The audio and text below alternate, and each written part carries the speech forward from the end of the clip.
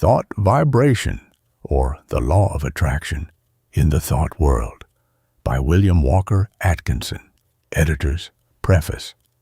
In December 1901, William Walker Atkinson, in assuming the editorship of the popular magazine New Thought, introduced himself to the readers of that periodical in a memorable article.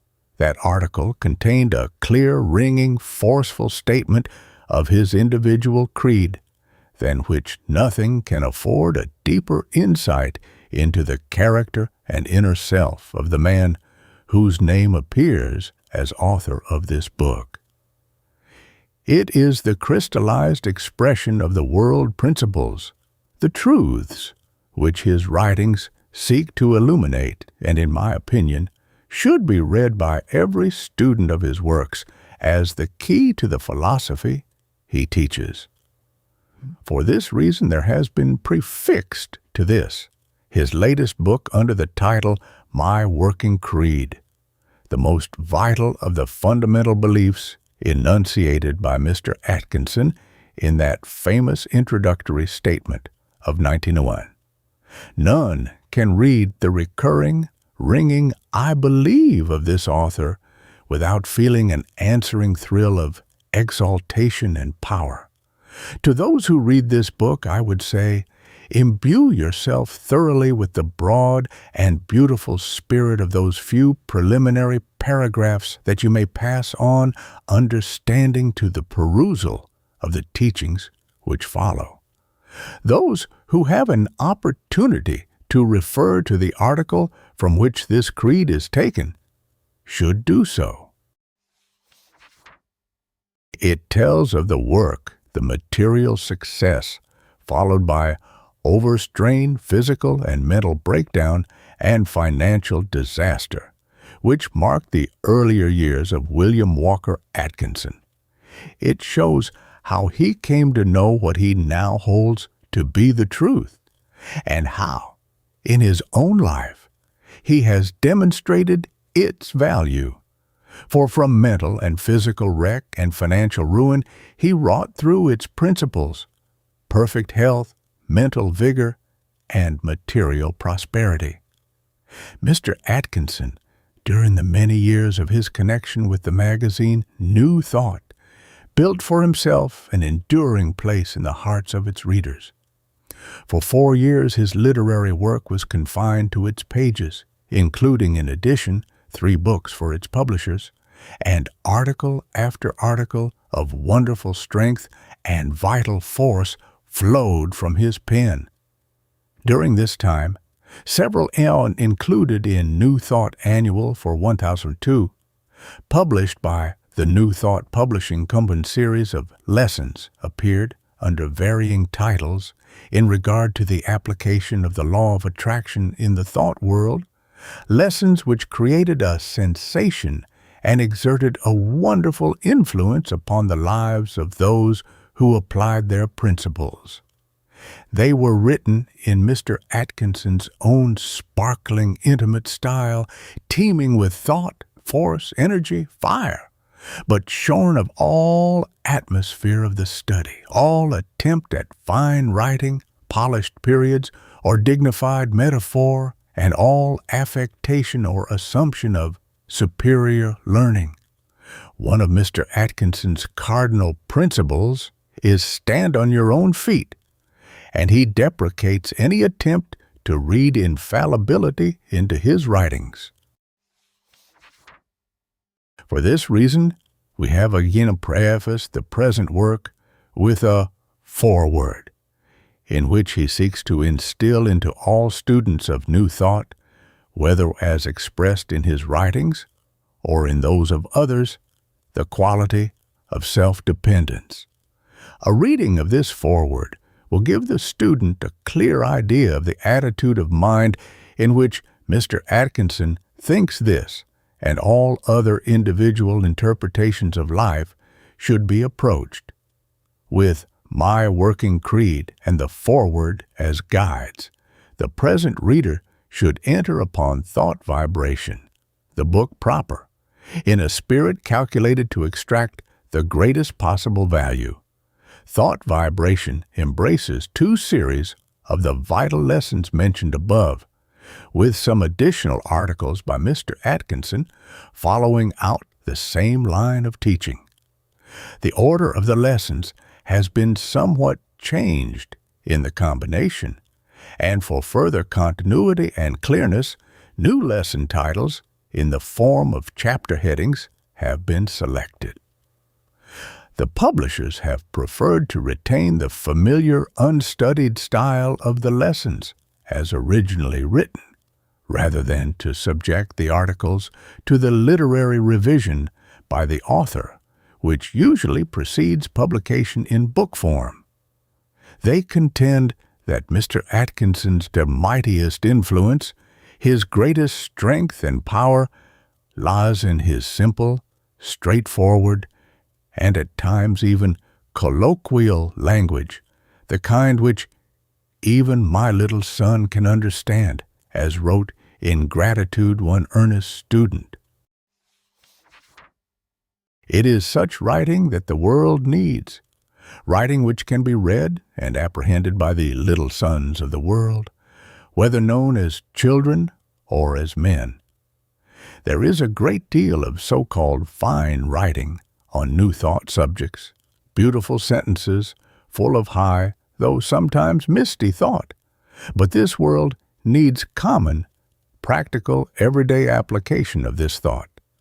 Where there is one reader for the literary masterpiece, there are 100 readers, plus even that other one, for the book written as a keen, live, human man talks, and written about the difficulties, the problems, the possibilities of the average citizen of the world. This is a truth Mr. Atkinson has mastered, and it is with intention he cast from him the restrictions of an academic style. He speaks always not in dignified tones to the public, but in the language of a friend to you. It can be said of him in praise as of another before him. The common people heard him gladly, the highest, most enduring tribute that can be paid to a leader of men. Recognition is due to Louise Radford Wells for the revision of the proofs of this book, the selection of its title and chapter headings, and the ordered arrangement of the lessons. Franklin L. Berry, editor of New Thought, June 15, 1906, Chicago, Illinois. Foreword. I am in receipt of a letter from an earnest student of New Thought, who writes me that he is endeavoring to put into practice the teachings for which I stand. That is all right. I think he will get some good out of the practice. I know that I do. But here's where the trouble comes in. He goes on to say that he is a faithful disciple of mine and is content to sit at the feet of the teacher. Now, if you will pardon the slang, I must say that such talk makes me tired. I wish no disciples. Disciples are mere parrots repeating what one says, mere human sheep trotting along after some conceited old bellwether. I do not wish to pose as a bellwether, nor do I wish a flock of human sheep trotting after me. I want every one of my fellow students of mental science to be his own bellwether. I like comradeship and mutual help, the help of interdependence. But I don't like this talk of master and disciple, of leader and follower, this talk and idea of dependence. As for sitting at anyone's feet, the idea arouses all the spirit of independence within me. I don't want to sit at anyone's feet, and I don't want anyone to sit at mine. I am willing and often glad to listen to some teacher and to pick from his teachings such bits of truth as my mind is ready to receive. I am willing to say, I don't know, and to accept from others that which appeals to me as truth. Not because the other says that it is truth, but because my mind recognizes it as such. I take my own wherever I find it, because I recognize it as mine. I know that all students and teachers get their knowledge from the only source of supply. They can't get it from anywhere else. And if some other fella happens to see a particular bit of truth before I do, I gladly accept a portion of it from his hands, be he king or beggar. While if I happen to see the thing first, I will gladly share it with all who are ready for it and who may want it, without feeling that I am a leader or teacher, or that they are followers or disciples. We are all fellow students, that's all. I recognize no man as my master, and I spurn the person who would call me master, if there be any so foolish. This feet-sitting talk makes me very, very weary. I am fully aware that certain teachers convey the idea that they are chosen mouthpieces of the infinite, and that all true teachings must bear their hallmark. And I also know the fanatical devotion and bigotry that many of the followers of such teachers manifest. But this is all child's play. The teachers, sooner or later, will be brought up against good hard stone walls, and their heads will be bruised until they realize just where they are at.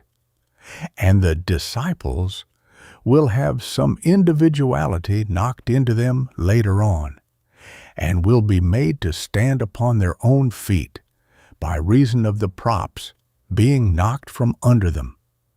The new thought aims at making individuals, not at converting people into droves of sheep, following the tinkle of the bell of some conceited old bellwether who imagines that he is the whole thing. The growing soul must realize that it has within itself all that it requires. It may gladly accept from others suggestions and by bits of knowledge and the like, as it goes along, the soul itself being the only judge of what it requires at each particular stage. But in the end, it must do its own work and must stand on its own feet. All the teachings in the world will not help you unless you take hold of the matter yourself and work out your own salvation. You cannot get true mental or spiritual teaching by simply paying so much for a course of lessons and doing nothing yourself. You must bring something to the teacher before you can take anything away. You must work up to an understanding before the teachings of another will do you any good. The teacher may make a suggestion that will open up a line of thought for you, or he may point out a way that has proved of value to him, and thus save you much time and trouble. But you must do the real work yourself. A teacher may be so filled with the truth that he will overflow, and you will get some of the overflow. I believe that truth is catching. But even so, unless you make that truth your own, by living it out and applying it to your needs, it will do you no good. And so long as you are content to sit at his feet and do the disciple act, you will not grow 1 inch. You will be merely a reflection of the teacher, instead of being an individual. We need a jogging up on this point every once in a while, lest we forget. It is so easy to have your thoughts pre-digested for you by some teacher or writer, so easy to receive your teaching in capsules. It is so nice to be able to sit down and swallow the tabloid that the teacher or writer kindly has prepared for you, and imagine that you are getting the real thing. But I tell you, friends, it won't do the work. Imbibe all the teachings you please, But you have got to get down to business yourself. You can't give someone else a power of attorney to do the work in your place. Life accepts no substitutes. You must step out yourself. It is mighty easy, this idea of paying to so much in time or money to some teacher or writer, and then sneaking into the kingdom of heaven holding on to his skirts. But it won't work. You got to do some hustling on your own account, and don't you make any mistake about this fact. Many of you are running around after teachers, preachers, prophets, seers, illuminated souls, and whatnot, expecting that your little fee for courses of lessons, private teachings, and all the rest is going to land you right up in the front rank. Don't you believe a word of it. You got to go through the motions yourself before you will attain anything. You can't sneak in that way. It won't work. I look around me and see many of these poor creatures sitting at the feet of someone or other, sinking their individuality in that of the teacher, and not daring to think an original thought, lest it conflict with some notion of their master. These good souls are so full of the teaching they are imbibing. They will repeat it by the yard, phrase after phrase, like a well-trained parrot. But they don't understand a bit of it. They are like the moon which shines by reason of the reflection of the sun's rays and has no light or heat of its own. The talk of these disciples and sitters at the feet is nothing but moonshine, mere reflected light. Moons are dead, cold things, no light, no heat, no fire, no energy, dead, cold, barren, and played out. Stop this moon business and build yourself up into a sun. You have it in you. Manifest it. Start yourself in motion and manifest life. Don't suppose that you must be able to solve all the riddles of the universe before you can do anything. Never mind about those riddles, just you get down to the task that lies ahead of you and throw into it some of that great life principle that is within you waiting for a chance to manifest itself. Don't make the mistake of supposing that this or that teacher has solved the great riddle. If he says he has, he is only bluffing and whistling to keep up courage. He may have found a good-sized chunk of the truth, and if he is willing to pass you a bit of it, all right. But he hasn't the whole thing by a mighty sight. The whole thing isn't placing itself in the exclusive control of any little bit of itself. No one has a monopoly of knowing, a corner on the truth. It is yours as much as anybody's, but you must dig for it. Don't bother about the theories or the unsolvable riddles. Just get down to business and begin to live. Sometimes I amuse myself by reading some of the theories and explanations of those who think that they have hold of the whole thing. After I get through with the theories of one dead sure chap, I take up the directly opposite theories of another fellow who considers himself the special mouthpiece of the Absolute. Hoo-hoo! It's a great brain shaker. If you're not careful, you will find yourself being served a nice dish of scrambled brains. When I get sort of stewed up over such things, I go out into the sun and fall back on the laughing philosophy, which soon brings me around all right. Nothing will puncture these bubbles so quickly as a good dose of laughter. Laughter is the only thing that keeps the race from madness. The sense of humor is God's best gift to man. Try it the next time you get stewed up with high statements, basic truths, axiomatic principles. Beware of any teachings that will not stand the test of the sunny out of doors and the application of the laughing philosophy. Shun the teachings that require a pursed-up mouth and a strained, preternaturally sober face. Have nothing to do with teachings that require a dim, dark, sunless room to be absorbed in. Beware of teachings and doctrines that bear the musty smell of the cell upon them. Carry out into the sun the teachings that are offered you, and see whether or not they fade. Apply the chemical of laughter, and ascertain whether the stuff bleaches. Remember this test when you are perplexed or worried over some strange theory or doctrine, no matter from whence it comes. If anyone tells you that which will not bear the test, discard the teaching, for it is spurious in that event. Try this on my writings along with the others. Stop being moons, stop living by reflected light, get into action and convert yourself into a living sun. You can do it. It is within your power. Every human soul contains within it the elements of the sun. Get to work and express yourself. Stiffen up your backbone and hold your head erect. Don't be afraid to say, I am. This is a straight from the shoulder talk. Don't tell me that you are disciples of mine. I disown you. I refuse to have disciples. Don't try to sit at my feet. If you do, I will use my feet to push you off the platform. I need room to swing my feet about and don't want people standing there.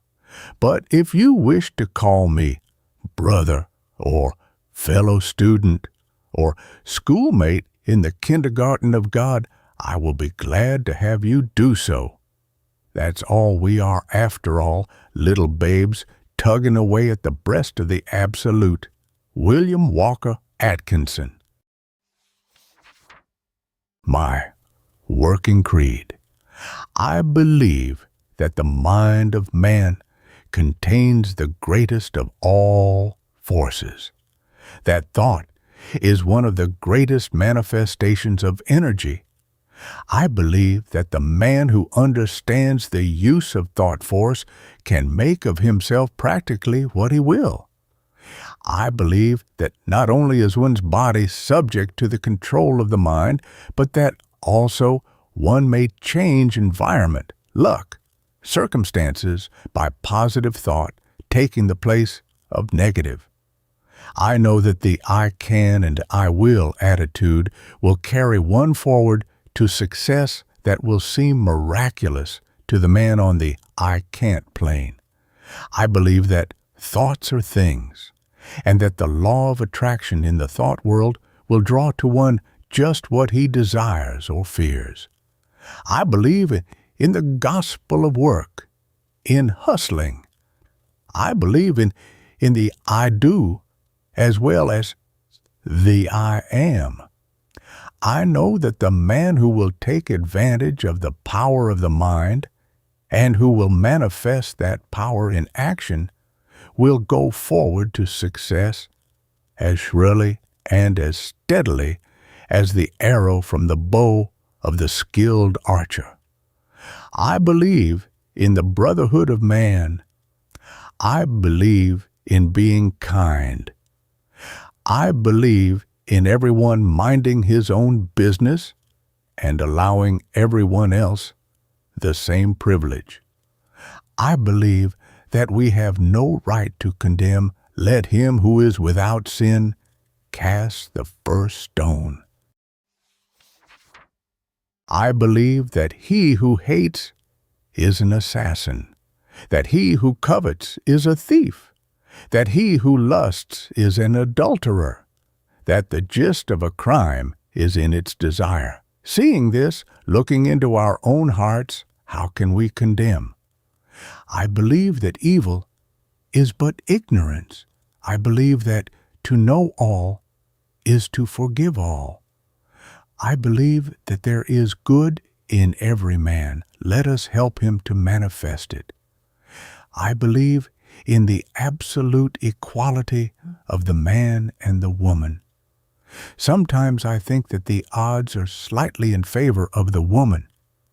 I believe in the sacredness of sex, but I also believe that sex manifests on the spiritual and mental planes as well as on the physical, and I believe that to the pure all things are pure.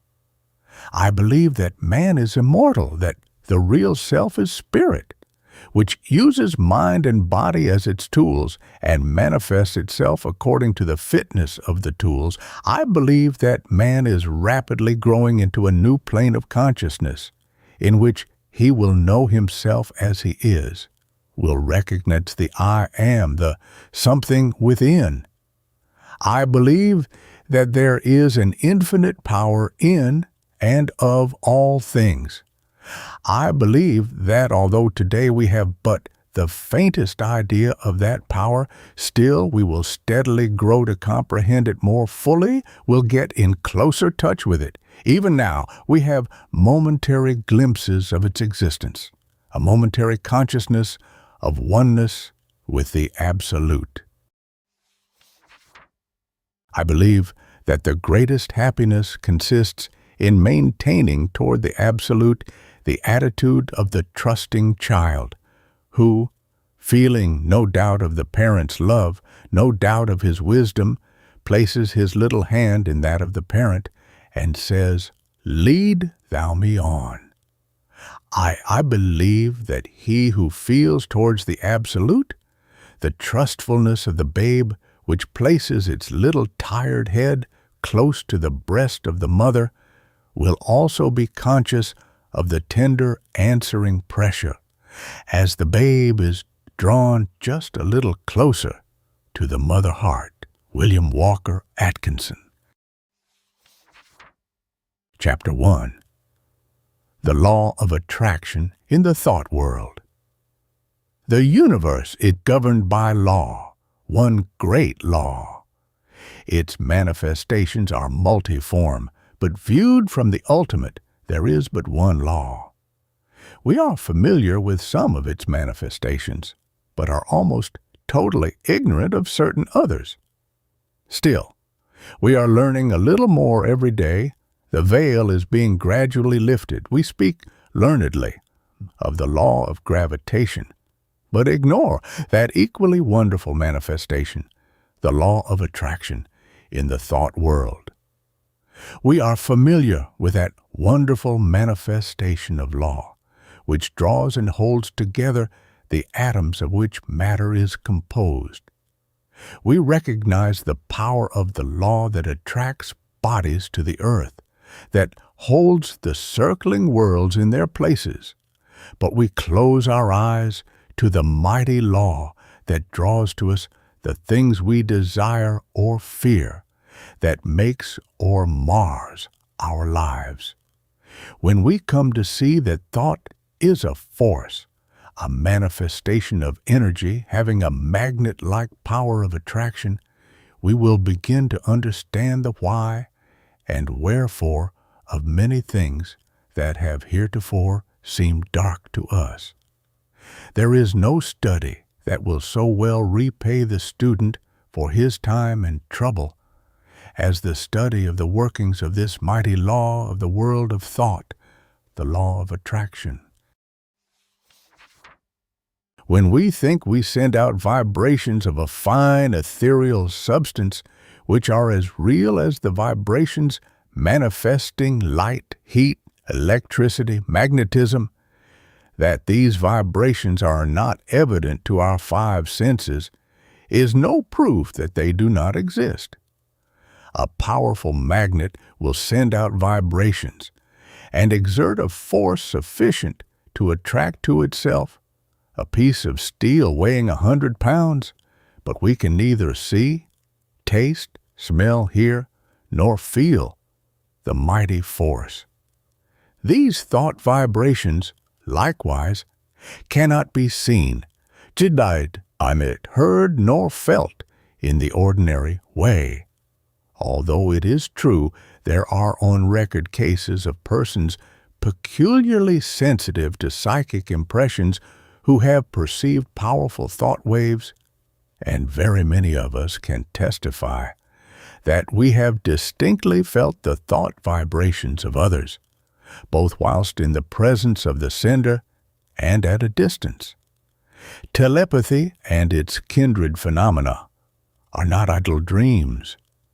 Light and heat are manifested by vibrations of a far lower intensity than those of thought, but the difference is solely in the rate of vibration. The annals of science throw an interesting light upon this question. Professor Elisha Gray, an eminent scientist, says in his little book, The Miracles of Nature, there is much food for speculation in the thought that there exist sound waves that no human ear can hear, and color waves of light that no eye can see. The long, dark, soundless space between 40,000 and 400,000 vibrations per second, and the infinity of range beyond 700,000 to 1,000,000 vibrations per second, where light ceases in the universe of motion, makes it possible to indulge in speculation. M.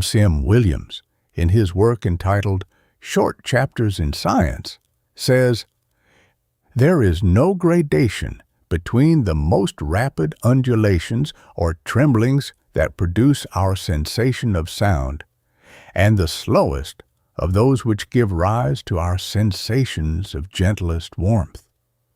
There is a huge gap between them, wide enough to include another world of motion, all lying between our world of sound and our world of heat and light. And there is no good reason whatever for supposing that matter is incapable of such intermediate activity, or that such activity may not give rise to intermediate sensations, provided there are organs for taking up and sensifying their movements. I cite the above authorities merely to give you food for thought, not to attempt to demonstrate to you the fact that thought vibrations exist. The last named fact has been fully established to the satisfaction of numerous investigators of the subject, and a little reflection will show you that it coincides with your own experiences. We often hear repeated the well-known mental science statement, thoughts are things, and we say these words over without consciously realizing just what is the meaning of the statement. If we fully comprehended the truth of the statement and the natural consequences of the truth back of it, we should understand many things which have appeared dark to us, and would be able to use the wonderful power, thought force, just as we use any other manifestation of energy. As I have said, when we think we set into motion vibrations of a very high degree, but just as real as the vibrations of light, heat, sound, electricity. And when we understand the laws governing the production and transmission of these vibrations, we will be able to use them in our daily life, just as we do the better-known forms of energy. That we cannot see, hear, weigh, or measure these vibrations is no proof that they do not exist. There exist waves of sound which no human ear can hear, although some of these are undoubtedly registered by the ear of some of the insects, and others are caught by delicate scientific instruments invented by man. Yet there is a great gap between the sounds registered by the most delicate instrument and the limit which man's mind, reasoning by analogy, knows to be the boundary line between sound waves and some other forms of vibration. And there are light waves which the eye of man does not register, some of which may be detected by more delicate instruments, and many more so fine that the instrument has not yet been invented which will detect them, although improvements are being made every year and the unexplored field gradually lessened. As new instruments are invented, new vibrations are registered by them, and yet the vibrations were just as real before the invention of the instrument as afterward.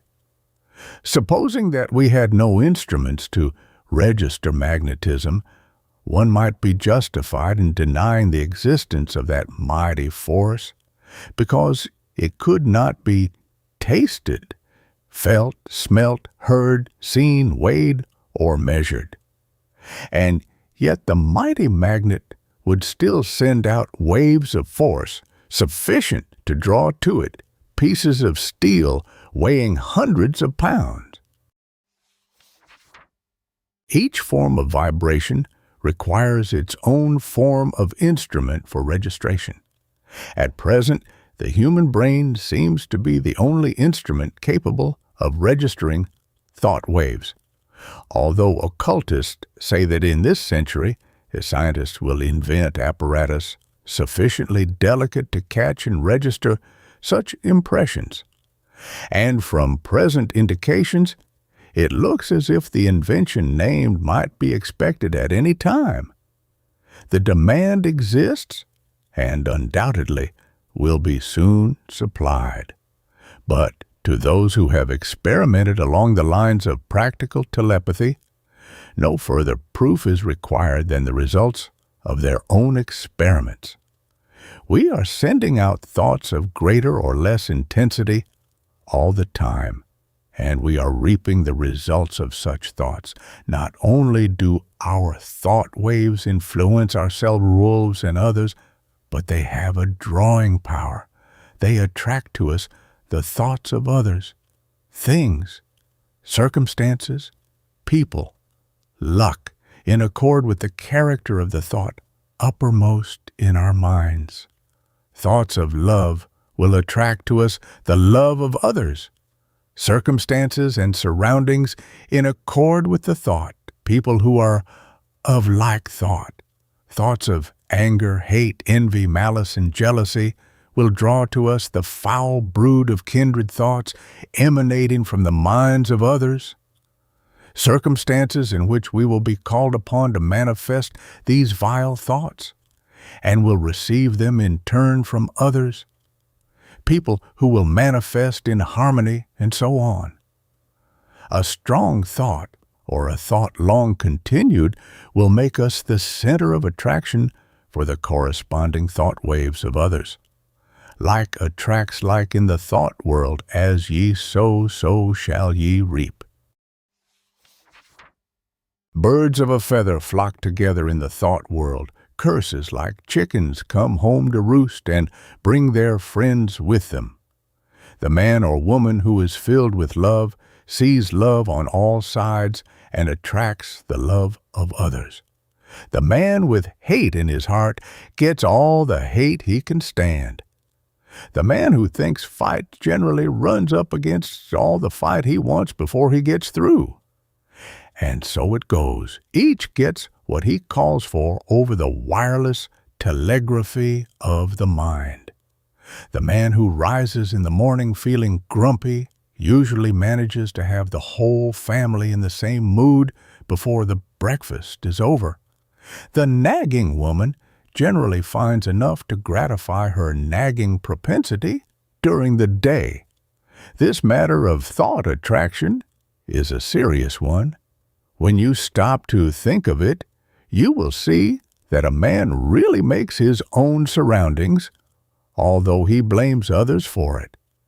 I have known people who understood this law to hold a positive, calm thought and be absolutely unaffected by the inharmony surrounding them. They were like the vessel from which the oil had been poured on the troubled waters. They rested safely and calmly whilst the tempest raged around them. One is not at the mercy of the fitful storms of thought after he has learned the workings of the law. We have passed through the age of physical force onto the age of intellectual supremacy and are now entering a new and almost unknown field, that of psychic power.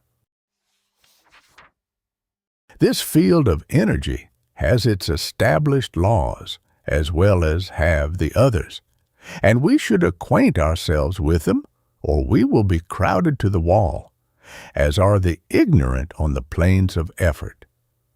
I will endeavor to make plain to you the great underlying principles of this new field of energy which is opening up before us, that you may be able to make use of this great power and apply it for legitimate and worthy purposes, just as men are using steam, electricity, and other forms of energy today. Chapter 2. Thought Waves and Their Power of Reproduction. Like a stone thrown into the water, thought produces ripples and waves which spread out over the great ocean of thought. There is this difference, however: the waves on the water move only on a level plane in all directions, whereas thought waves move in all directions from a common center, just as do the rays from the sun. Just as we here on earth are surrounded by a great sea of air, so are we surrounded by a great sea of mind.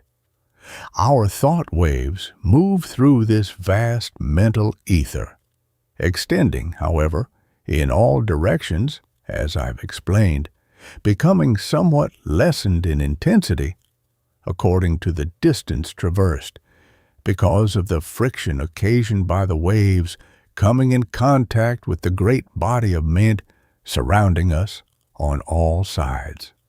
These thought waves have other qualities differing from the waves on the water. They have the property of reproducing themselves. In this respect, they resemble sound waves rather than waves on the water. Just as a note of the violin will cause the thin glass to vibrate and sing, so will a strong thought tend to awaken similar vibrations in minds attuned to receive it. Many of the stray thoughts which come to us are but reflections or answering vibrations to some strong thought sent out by another. But unless our minds are attuned to receive it, the thought will not likely affect us. If we are thinking high and great thoughts, our minds acquire a certain keynote corresponding to the character of the thoughts we have been thinking. And this keynote once established, we will be apt to catch the vibrations of other minds keyed to the same thought.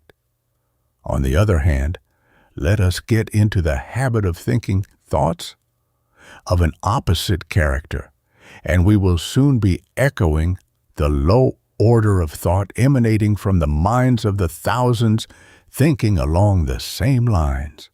We are largely what we have thought ourselves into being, the balance being represented by the character of the suggestions and thought of others, which have reached us either directly by verbal suggestions or telepathically by means of such thought waves. Our general mental attitude, however, determines the character of the thought waves received from others, as well as the thoughts emanating from ourselves. We receive only such thoughts as are in harmony with the general mental attitude held by ourselves. The thoughts not in harmony affecting us very little, as they awaken no response in us.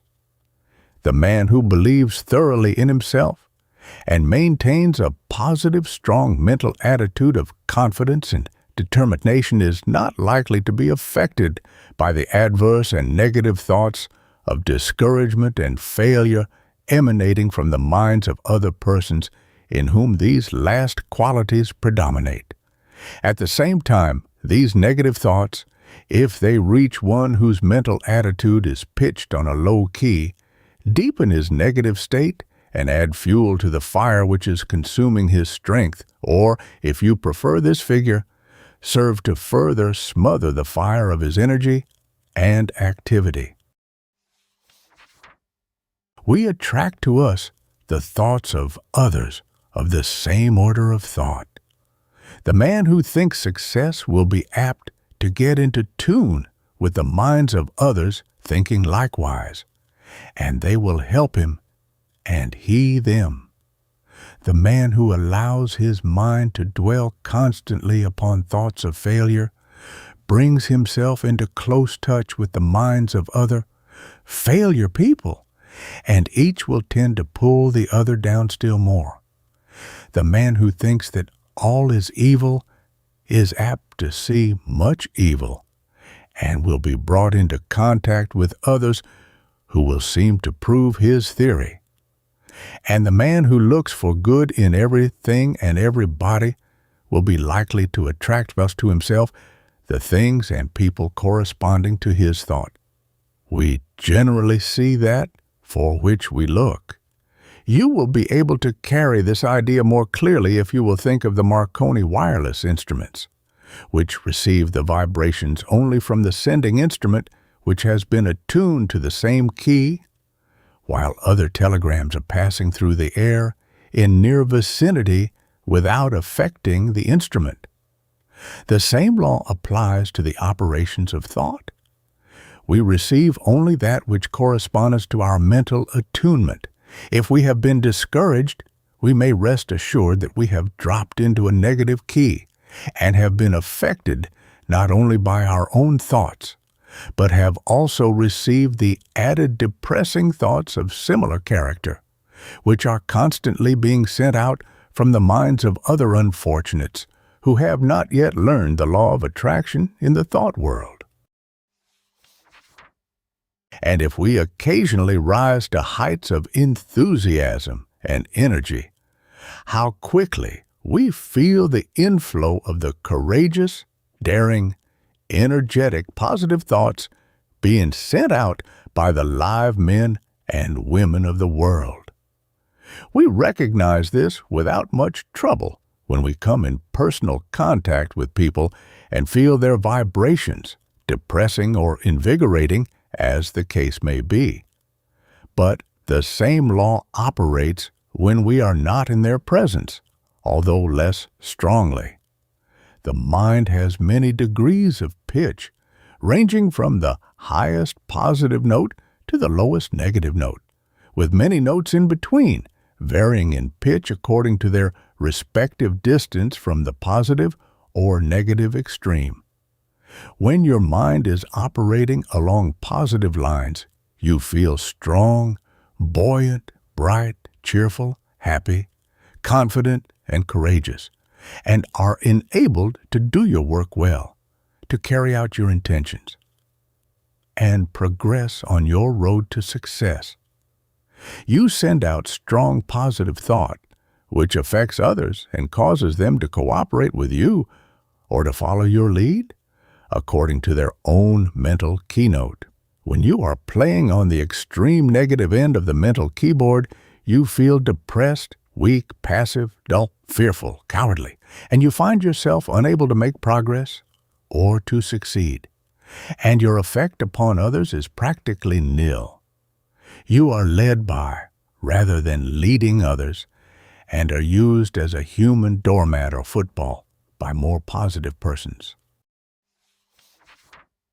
In some persons, the positive element seems to predominate, and in others, the negative quality seems to be more in evidence. There are, of course, widely varying degrees of positiveness and negativeness, and B may be negative to A while positive to C.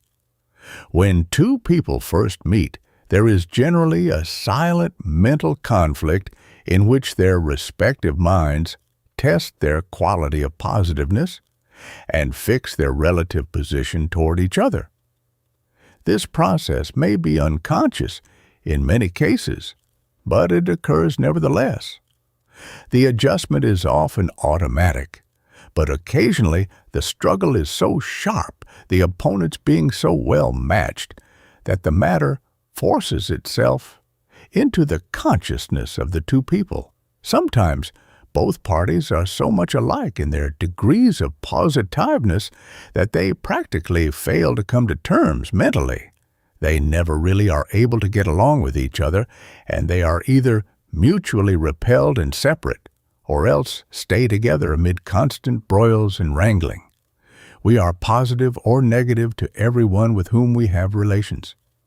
We may be positive to our children, our employees, and dependents, but we are at the same time negative to others to whom we occupy inferior positions or whom we have allowed to assert themselves over us. Of course, something may occur, and we will suddenly become more positive than the man or woman to whom we have heretofore been negative. We frequently see cases of this kind.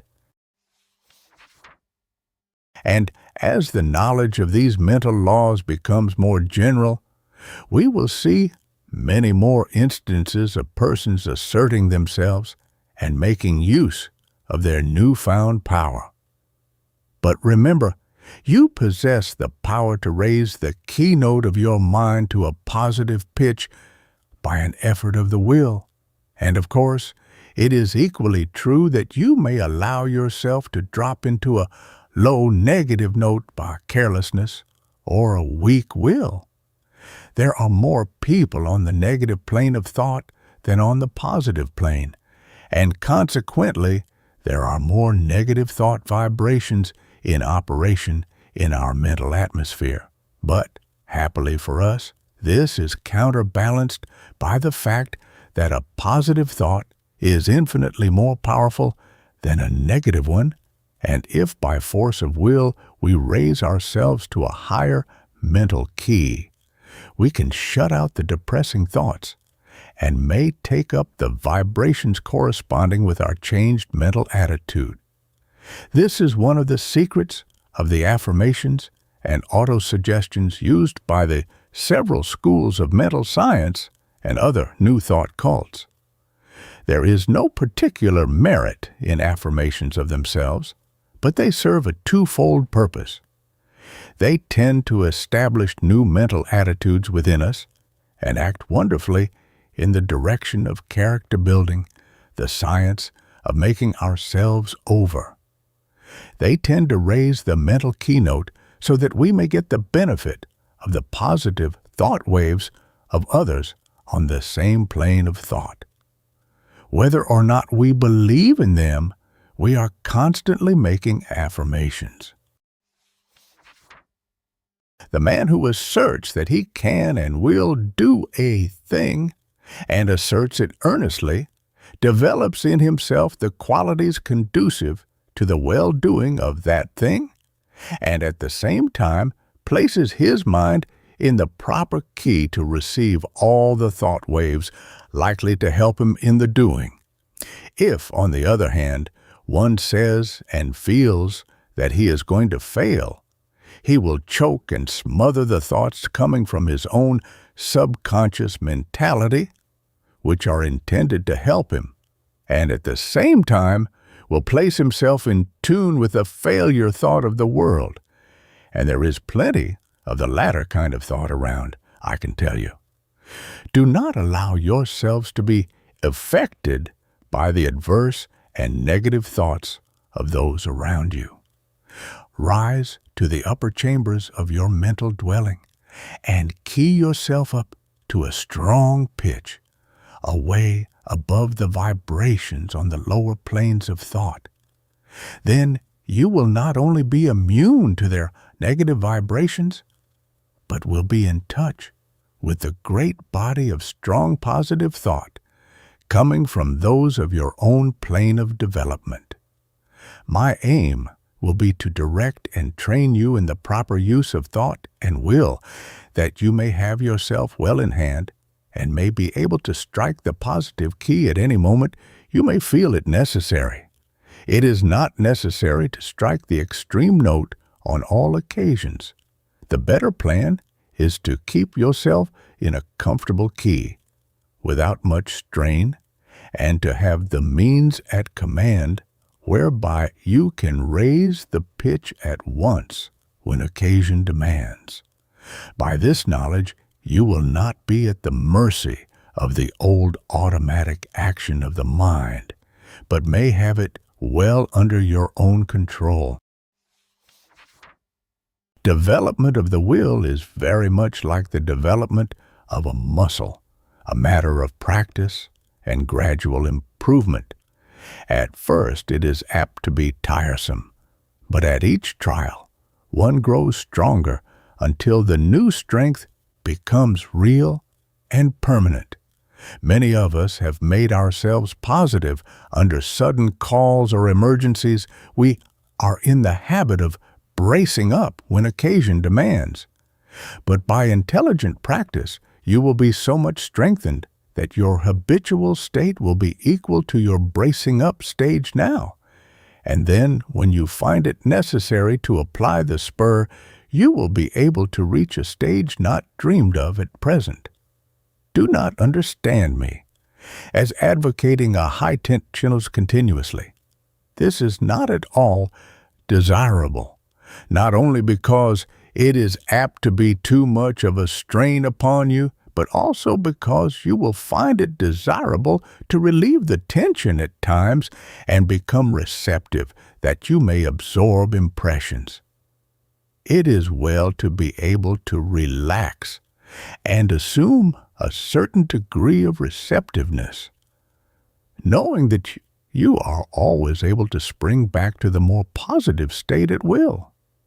The habitually strongly positive man loses much enjoyment and recreation. Positive, you give out expressions. Receptive, you take in impressions. Positive, you are a teacher. Receptive, a pupil. It is not only a good thing to be a good teacher, but it is also very important to be a good listener at times. Chapter 3. A talk about the mind. Man has but one mind, but he has many mental faculties, each faculty being capable of functioning along two different lines of mental effort. There are no distinct dividing lines separating the two several functions of a faculty, but they shade into each other, as do the colors of the spectrum. An active effort of any faculty of the mind is the result of a direct impulse imparted at the time of the effort. A passive effort of any faculty of the mind is the result of either a preceding active effort of the same mind, an active effort of another along the lines of suggestion, thought vibrations from the mind of another, thought impulses from an ancestor, transmitted by the laws of heredity, including impulses transmitted from generation to generation from the time of the original vibratory impulse imparted by the primal cause, which impulses gradually unfold and unsheath when the proper state of evolutionary development is reached. The active effort is newborn, fresh from the mint, whilst the passive effort is of less recent creation, and in fact is often the result of vibratory impulses imparted in ages long past. The active effort makes its own way, brushing aside the impeding viands and kicking from its path the obstructing stones. The passive effort travels along the beaten path. A thought impulse or motion impulse, originally caused by an active effort of faculty, may become by continued repetition or habit strictly automatic, the impulse given it by the repeated active effort developing a strong momentum which carries it on along passive lines until stopped by another active effort or its direction changed by the same cause. On the other hand, thought impulses or motion impulses continued along passive lines may be terminated or corrected by an active effort.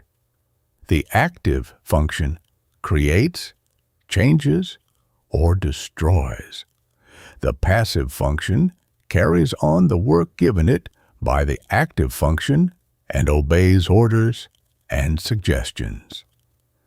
The active function produces the thought habit or motion habit and imparts to it the vibrations which carry it on along the passive lines thereafter.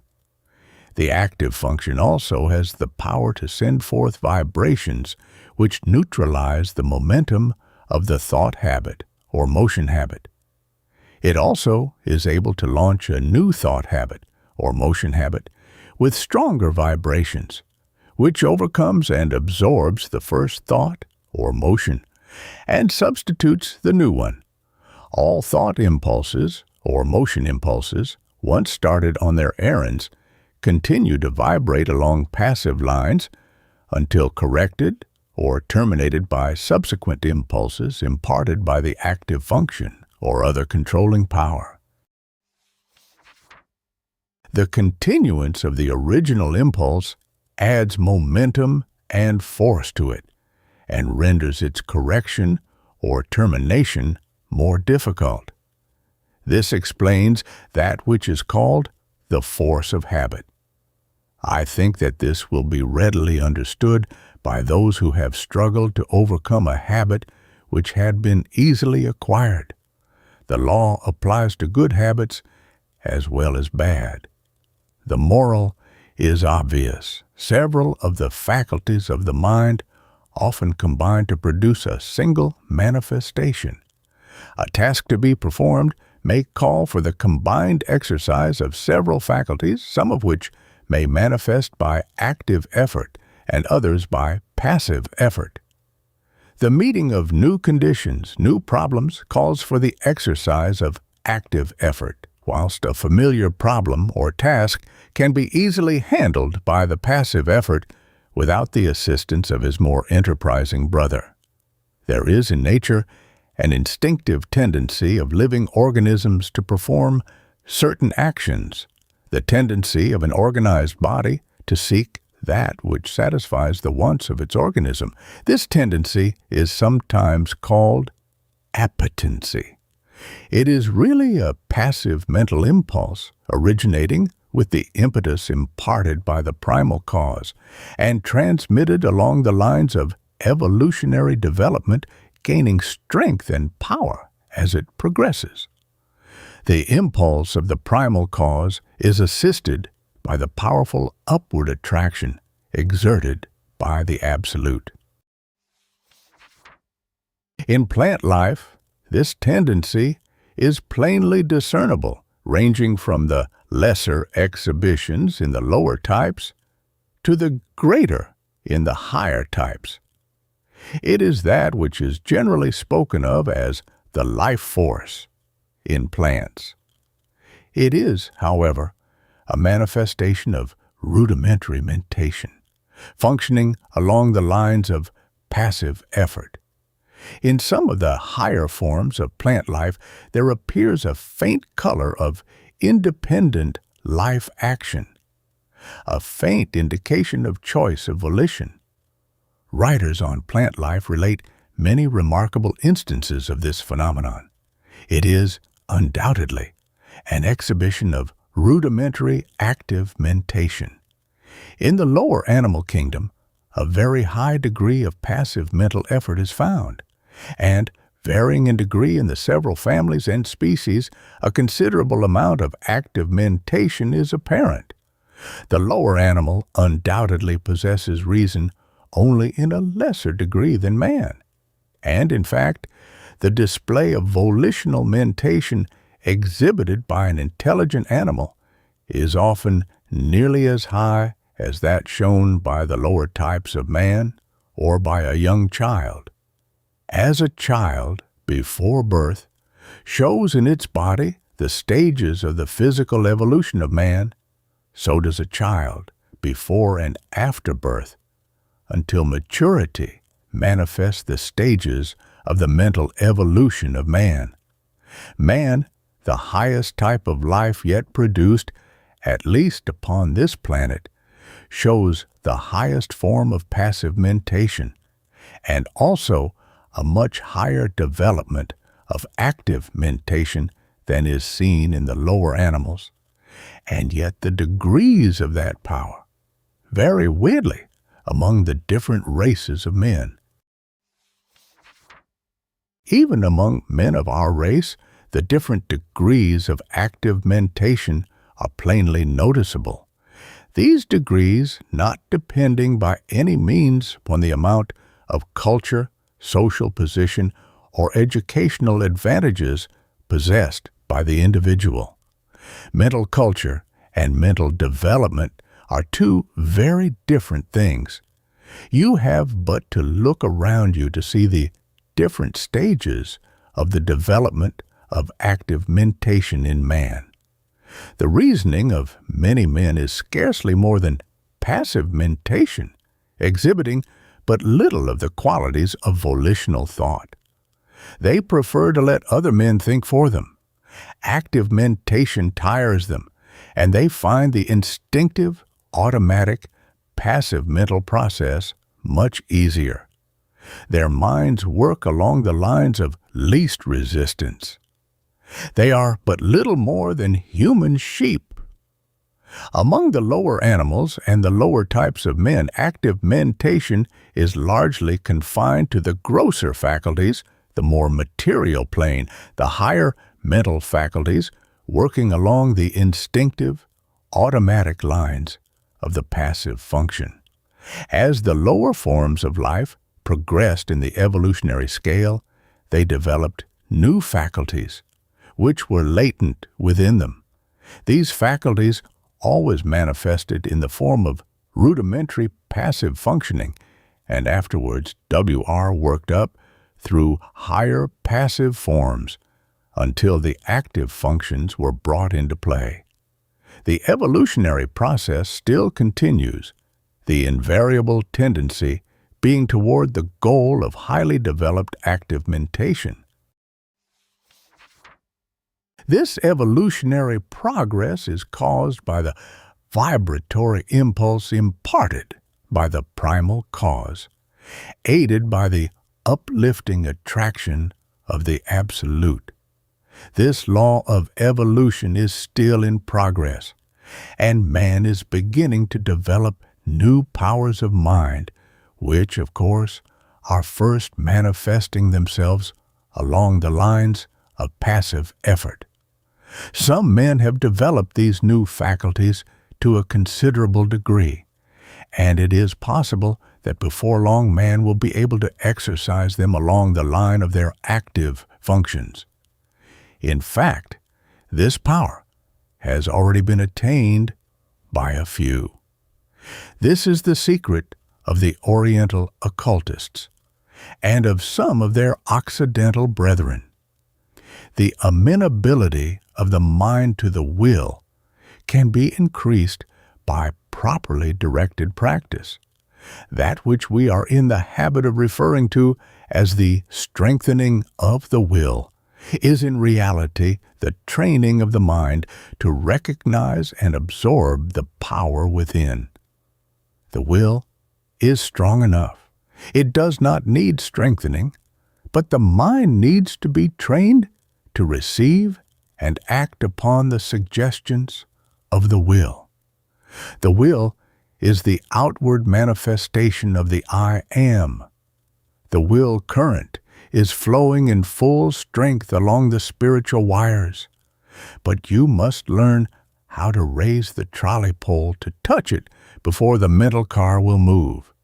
This is a somewhat different idea from that which you have been in the habit of receiving from writers on the subject of willpower, but it is correct, as you will demonstrate to your own satisfaction, if you will follow up the subject by experiments along the proper lines. The attraction of the Absolute is drawing man upward, and the vibratory force of the primal impulse has not yet exhausted itself. The time of evolutionary development has come when man can help himself. The man who understands the law can accomplish wonders by means of the development of the powers of the mind, whilst the man who turns his back upon the truth will suffer from his lack of knowledge of the law. He who understands the laws of his mental being develops his latent powers and uses them intelligently. He does not despise his passive mental functions, but makes good use of them also, charges them with the duties for which they are best fitted, and is able to obtain wonderful results from their work, having mastered them and trained them to do the bidding of the higher self. When they fail to do their work properly, he regulates them, and his knowledge prevents him from meddling with them unintelligently, and thereby doing himself harm. He develops the faculties and powers latent within him, and learns how to manifest them along the line of active mentation as well as passive. He knows that the real man within him is the master to whom both active and passive functions are but tools. He has banished fear and enjoys also freedom. He has found himself. He has learned. Chapter 4. Mind Building. Man can build up his mind and make it what he wills. In fact, we are mind-building every hour of our lives, either consciously or unconsciously.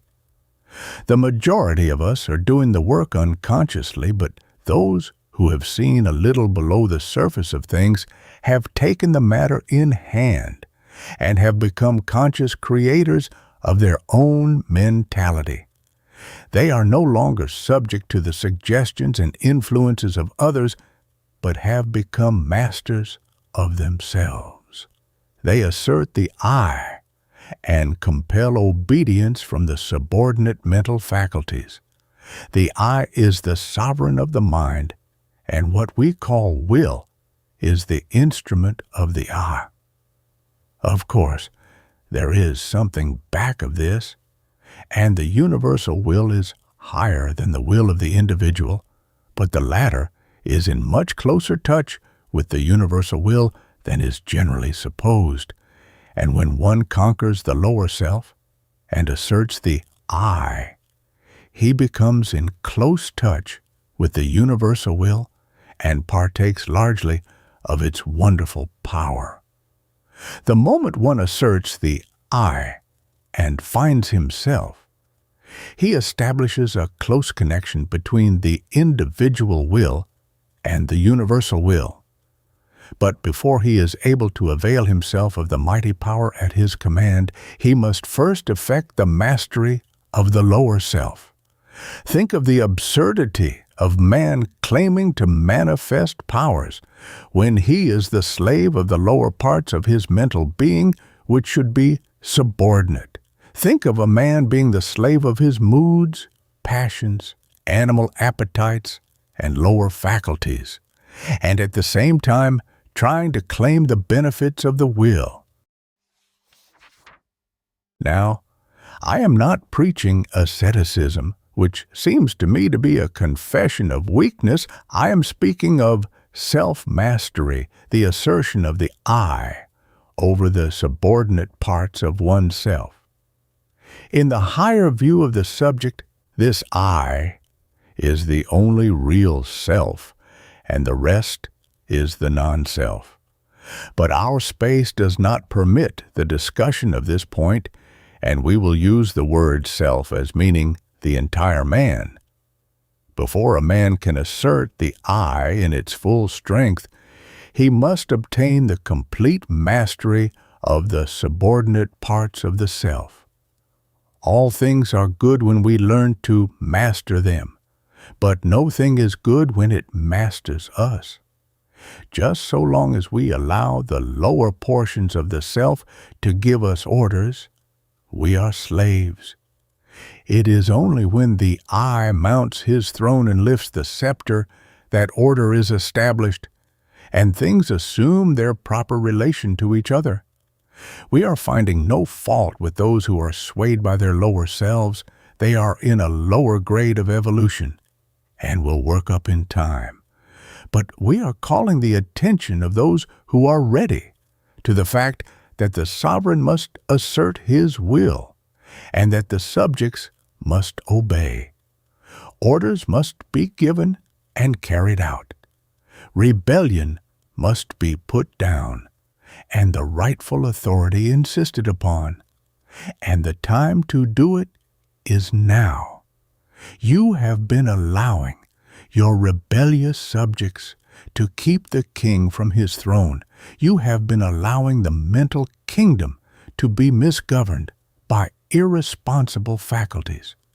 You have been the slaves of appetite, unworthy thoughts, passion, and negativeness. The will has been set aside, and low desire has usurped the throne. It is time to reestablish order in the mental kingdom. You are able to assert the mastery over any emotion, appetite, passion, or class of thoughts. By the assertion of the will, you can order fear to go to the rear, jealousy to leave your presence, hate to depart from your sight, anger to hate itself, worry to cease troubling you, uncontrolled appetite and passion to bow in submission and to become humble slaves instead of masters, all by the assertion of the I. You may surround yourself with the glorious company of courage, love, and self-control by the same means. You may put down the rebellion and secure peace and order in your mental kingdom if you will, but utter the mandate and insist upon its execution. Before you march forth to empire, you must establish the proper internal conditions, must show your ability to govern your own kingdom. The first battle is the conquest of the lesser self by the real self, affirmation. I am asserting the mastery of my real self. Repeat these words earnestly and positively during the day, at least once an hour, and particularly when you are confronted with conditions which tempt you to act on the lines of the lesser self, instead of following the course dictated by the real self. In the moment of doubt and hesitation, say these words earnestly, and your way will be made clear to you. Repeat them several times after you retire and settle yourself to sleep. But be sure to back up the words with the thought inspiring them, and do not merely repeat them parrot-like. Form the mental image of the real self asserting its mastery over the lower planes of your mind. See the king on his throne. You will become conscious of an influx of new thought, and things which have seemed hard for you will suddenly become much easier. You will feel that you have yourself well in hand, and that you are the master and not the slave. The thought you are holding will manifest itself in action, and you will steadily grow to become that which you have in mind. Exercise. Fix the mind firmly on the higher self, and draw inspiration from it when you feel led to yield to the promptings of the lower part of your nature. When you are tempted to burst into anger, assert the I, and your voice will drop. Anger is unworthy of the developed self. When you feel vexed and cross, remember what you are, and rise above your feeling. When you feel fearful, remember that the real self fears nothing, and assert courage. When you feel jealousy inciting, think of your higher nature and laugh, and so on, asserting the real self and not allowing the things on the lower plane of mentality to disturb you. They are unworthy of you and must be taught to keep their places. Do not allow these things to master you. They should be your subjects, not your masters. You must get away from this plane, and the only way to do so is to cut loose from these phases of thought which have been running things to suit themselves. You may have trouble at the start, but keep at it, and you will have that satisfaction which comes only from conquering the lower parts of our nature. You have been a slave long enough. Now is the time to free yourselves. If you will follow these exercises faithfully, you will be a different being by the end of the year and will look back with a pitying smile to your former condition. But it takes work. This is not child's play, but a task for earnest men. And Chapter 5. The Secret of the Will. While psychologists may differ in their theories regarding the nature of the will, none deny its existence nor question its power. All persons recognize the power of strong will. All see how it may be used to overcome the greatest obstacles. But few realize that the will may be developed and strengthened by the intelligent practice. They feel that they could accomplish wonders if they had a strong will, but instead of attempting to develop it, they content themselves with vain regrets. They sigh, but do nothing. Those who have investigated the subject closely know that willpower, with all its latent possibilities and mighty powers, may be developed, disciplined, controlled, and directed, just as may be any other of nature's forces. It does not matter what theory you may entertain about the nature of the will. You will obtain the results if you practice intelligently. Personally, I have a somewhat odd theory about the will. I believe that every man has potentially a strong will, and that all he has to do is to train his mind to make use of it. I think that in the higher regions of the mind of every man is a great store of willpower awaiting his use. The will current is running along the psychic wires, and all that it is necessary to do is to raise the mental trolley pole and bring down the power for your use. And the supply is unlimited, for your little storage battery is connected with the great powerhouse of the universal willpower, and the power is inexhaustible. Your will doesn't need training, but your mind does. The mind is the instrument, and the supply of willpower is proportionate to the fineness of the instrument through which it manifests. But you needn't accept this theory if you don't like it. This lesson will fit your theory as well as mine. He who has developed his mind so that it will allow the willpower to manifest through it has opened up wonderful possibilities for himself. Not only has he found a great power at his command, but he is able to bring into play and use faculties, talents, and abilities of whose exist. Hence he has not dreamed. This secret of the will is the magic key which opens all doors. The late Donald G. Mitchell once wrote, "Resolve is what makes a man manifest, not puny resolve, but crude determination, not errant purpose, but that strong and indefatigable will which treads down difficulties and danger as a boy treads down the heaving frostlands of winter, which kindles his eye and brain with a proud pulse beat toward the unattainable. Will makes men giants. Many of us feel that if we would but exert our will, we might accomplish wonders. But somehow, we do not seem to want to take the trouble. At any rate, we do not get to the actual willing point. We put it off from time to time and talk vaguely of someday. But that someday never comes.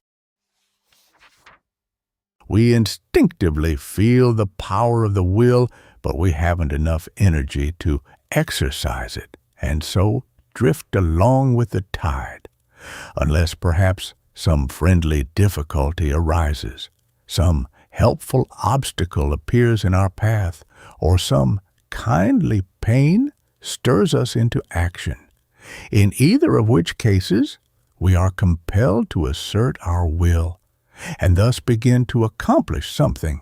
The trouble with us is that we do not want to do the thing enough to make us exert our willpower. We don't want to hard enough. We are mentally lazy and of weak desire. If you do not like the word desire, substitute for it the word aspiration. Some people call the lower impulses desires and the higher aspirations. It's all a matter of words. Take your choice. That is the trouble. Let a man be in danger of losing his life. Let a woman be in danger of losing a great love, and you will witness a startling exhibition of willpower from an unexpected source. Let a woman's child be threatened with danger, and she will manifest a degree of courage and will that sweeps all before it. And yet the same woman will quail before a domineering husband and will lack the will to perform a simple task. A boy will do all sorts of work if he but considers it play, and yet he can scarcely force himself to cut a little firewood. Strong will follows strong desire. If you really want to do a thing very much, you can usually develop the willpower to accomplish it. The trouble is that you have not really wanted to do these things, and yet you blame your will. You say that you do want to do it, but if you stop to think, you will see that you really want to do something else more than the thing in question. You're not willing to pay the price of attainment. Stop a moment and analyze this statement and apply it to your own case. You are mentally lazy. That's the trouble. Don't talk to me about not having enough will. You have a great storehouse of will awaiting your use, but you're too lazy to use it. Now, if you are really in earnest about this matter, get to work and first find out what you really want to do, then start to work and do it. Never mind about the willpower. You'll find a full supply of that whenever you need it. The thing to do is to get to the point where you will resolve to will. That's the real test, the resolving. Think of these things a little and make up your mind whether or not you really want to be a wilier, sufficiently hard to get to work. Many excellent essays and books have been written on this subject, all of which agree regarding the greatness of willpower, the most enthusiastic terms being used. But few have anything to say about how this power may be acquired by those who have it not, or who possess it in but a limited degree.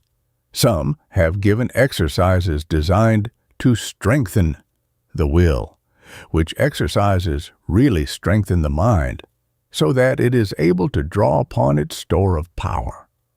But they have generally overlooked the fact that in autosuggestion is to be found the secret of the development of the mind, so that it may become the efficient instrument of the will.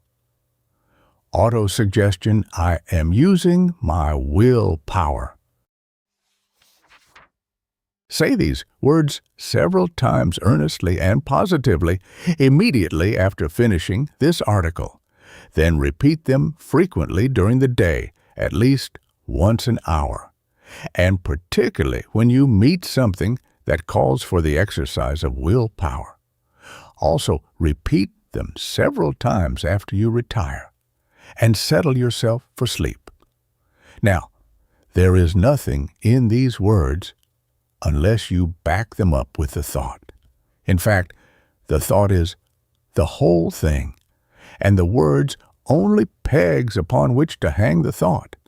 So think of what you are saying and mean what you say. You must use faith at the start and use the words with a confident expectation of the result. Hold the steady thought that you are drawing on your storehouse of willpower, and before long you will find that thought is taking form in action, and that your willpower is manifesting itself. You will feel an influx of strength with each repetition of the words. You will find yourself overcoming difficulties and bad habits, and will be surprised at how things are being smoothed out for you. Exercise. Perform at least one disagreeable task each day during the month. If there is any specially disagreeable task which you would like to shirk, that is the one for you to perform. This is not given you in order to make you self-sacrificing or meek or anything of that sort. It is given you to exercise your will. Anyone can do a pleasant thing cheerfully, but it takes will to do the unpleasant thing cheerfully, and that is how you must do the work. It will prove a most valuable discipline to you. Try it for a month, and you will see where it comes in. If you shirk this exercise, you had better stop right here and acknowledge that you do not want willpower and are content to stay where you are and remain a weakling. In Chapter 6, How to Become Immune to Injurious Thought Attraction. The first thing to do is to begin to cut out fear and worry. Fear thought is the cause of much unhappiness and many failures. You have been told this thing over and over again, but it will bear repeating. Fear is a habit of mind which has been fastened upon us by negative race thought, but from which we may free ourselves by individual effort and perseverance. Strong expectancy is a powerful magnet. He of the strong, confident desire attracts to him the things best calculated to aid him, persons, things, circumstances, surroundings, if he desires them hopefully, trustfully, confidently, calmly. And equally true, he who fears a thing generally manages to start into operation forces which will cause the thing he feared to come upon him. Don't you see? The man who fears really expects the feared thing, and in the eyes of the law, it is the same as if he really had wished for or desired it. The law is operative in both cases. The principle is the same. The best way to overcome the habit of fear is to assume the mental attitude of courage, just as the best way to get rid of darkness is to let in the light. It is a waste of time to fight a negative thought habit by recognizing its force and trying to deny it out of existence by mighty efforts. The best, surest, easiest, and quickest method is to assume the existence of the positive thought desired in its place, and by constantly dwelling upon the positive thought, manifest it into objective reality. Therefore, instead of repeating, "I'm not afraid," say boldly, "I am full of courage. I am courageous." You must assert, "There's nothing to fear," which, although in the nature of a denial, simply denies the reality of the object causing fear, rather than admitting the fear itself, and then denying it. To overcome fear, one should hold firmly to the mental attitude of courage. He should think courage, say courage, act courage. He should keep the mental picture of courage before him all the time, until it becomes his normal mental attitude. Hold the ideal firmly before you, and you will gradually grow to its attainment. The ideal will become manifest. Let the word courage sink deeply into your mind, and then hold it firmly there until the mind fastens it in place. Think of yourself as being courageous. See yourself as acting with courage in trying situations. Realize that there is nothing to fear, that worry and fear never helped anyone and never will. Realize that fear paralyzes effort and that courage promotes activity. The confident, fearless, expectant, I can and I will man is a mighty magnet. He attracts to himself just what is needed for his success. Things seem to come his way, and people say he is lucky. Nonsense. Luck has nothing to do with it. It's all in the mental attitude. And the mental attitude of the I can't or the I'm afraid man also determines his measure of success. There's no mystery whatsoever about it. You have but to look about you to realize the truth of what I have said. Did you ever know a successful man who did not have the I can and I will thought strong within him? Why, he will walk all around the I can't man who has perhaps even more ability. The first mental luck brought to the surface latent qualities, as well as attracted help from outside, whilst the second mental attitude not only attracted to I can't people and things, but also kept the man's own powers from manifesting themselves. I have demonstrated the correctness of these views, and so have many others. And the number of people who know these things is growing every day. Don't waste your thought force, but use it to advantage. Stop attracting to yourself failure, unhappiness, inharmony, sorrow. Begin now and send out a current of bright, positive, happy thought. Let your prevailing thought be, I can and I will. Think, I can and I will. Dream, I can and I will. Say, I can and I will. Act, I can and I will. Live on the I can and I will plane, and before you are aware of it, you will feel the new vibrations manifesting themselves in action. We'll see them bring results. We'll be conscious of the new point of view. We'll realize that your own is coming to you. You will feel better, act better, see better, be better in every way after you join the I can and I will brigade.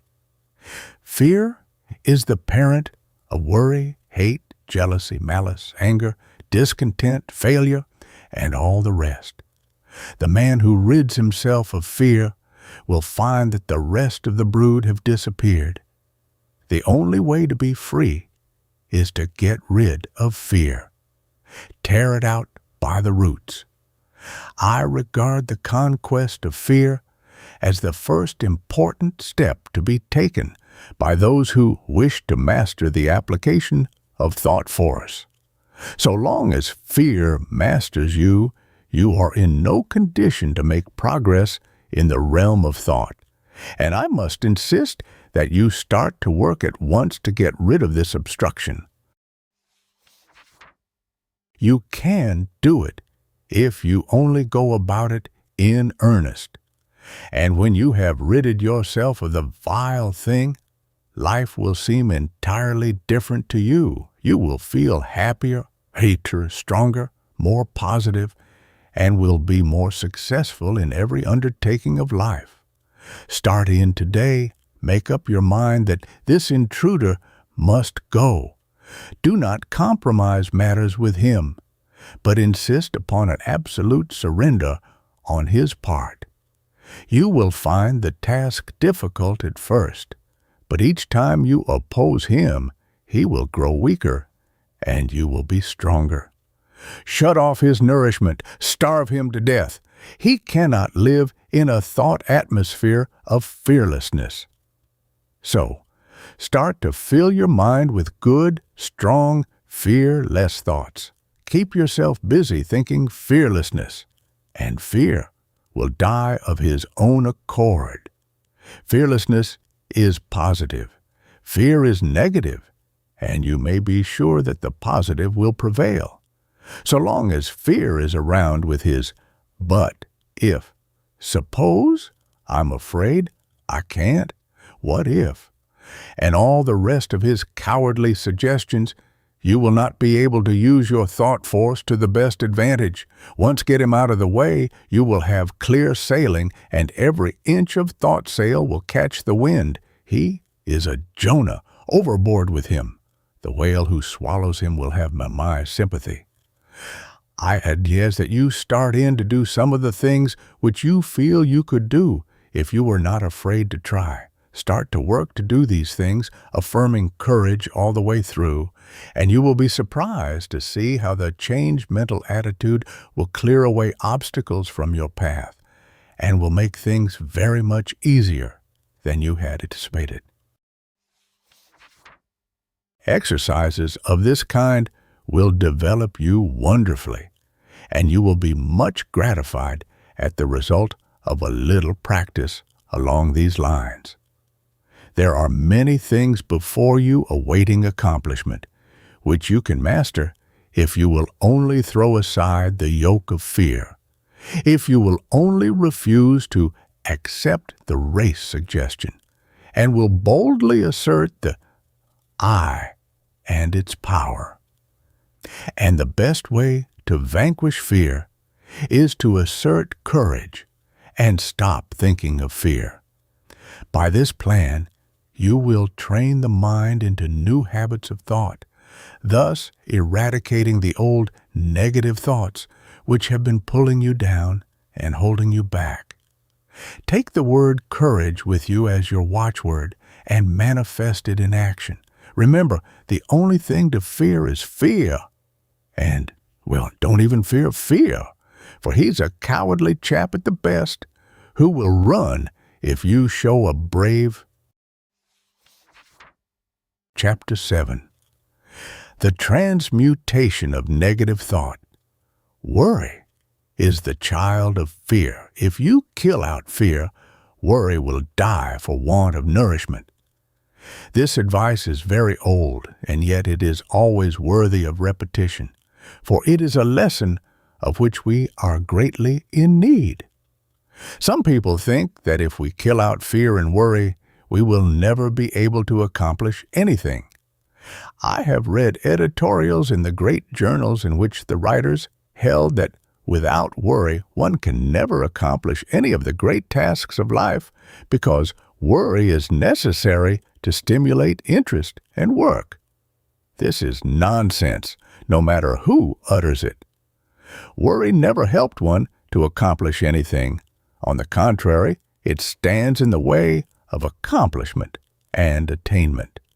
The motive underlying action and doing things is desire and interest. If one earnestly desires a thing, he naturally becomes very much interested in its accomplishment and is quick to seize upon anything likely to help him to gain the thing he wants. More than that, his mind starts up a work on the subconscious plane that brings into the field of consciousness many ideas of value and importance. Desire and interest are the causes that result in success. Worry is not desire. It is true that if one's surroundings and environments become intolerable, he is driven in desperation to some efforts that will result in throwing off the undesirable conditions and in the acquiring of those more in harmony with his desire. But this is only another form of desire. The man desires something different from what he has. And when his desire becomes strong enough, his entire interest is given to the task. He makes a mighty effort, and the change is accomplished. But it wasn't worry that caused the effort. Worry could content itself with wringing its hands and moaning, "Woe is me, one," and wearing its nerves to a frazzle and accomplishing nothing. Desire acts differently. It grows stronger as the man's conditions become intolerable. And finally, when he feels the hurt so strongly that he can't stand it any longer, he says, "I won't stand this any longer. I will make a change." And lo, then desire springs into action. The man keeps on wanting a change the worst way, which is the best way, and his interest and attention being given to the task of deliverance, he begins to make things move. Worry never accomplished anything. Worry is negative and death-producing. Desire and ambition are positive and life-producing. A man may worry himself to death, and yet nothing will be accomplished. But let that man transmute his worry and discontent into desire and interest, coupled with a belief that he is able to make the change, the "I can" and "I will" idea, then something happens. Yes, fear and worry must go before we can do much. One must proceed to cast out these negative intruders and replace them with confidence and hope. Transmute worry into keen desire. Then you will find that interest is awakened, and you will begin to think things of interest to you. Thoughts will come to you from the great reserve stock in your mind, and you will start to manifest them in action. Moreover, you will be placing yourself in harmony with similar thoughts of others and will draw to you aid and assistance from the great volume of thought waves with which the world is filled. One draws to himself thought waves corresponding in character with the nature of the prevailing thoughts in his own mind, his mental attitude. Then again he begins to set into motion the great law of attraction, whereby he draws to him others likely to help him, and is, in turn, attracted to others who can aid him. This law of attraction is no joke, no metaphysical absurdity, but is a great live working principle of nature, as anyone may learn by experimenting and observing. To succeed in anything, you must want it very much. Desire must be in evidence in order to attract. The man of weak desires attracts very little to himself. The stronger the desire, the greater the force set into motion. You must want a thing hard enough before you can get it. You must want it more than you do the things around you, and you must be prepared to pay the price for it.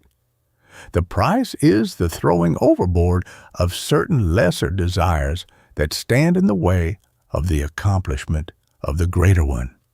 Comfort, ease, leisure, amusements, and many other things may have to go, not always though. It all depends on what you want.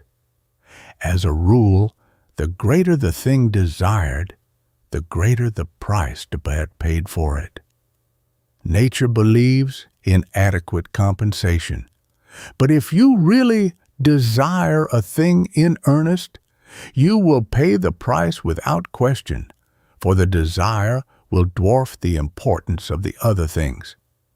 You say that you want a thing very much, and are doing everything possible toward its attainment. Pshaw! You are only playing desire.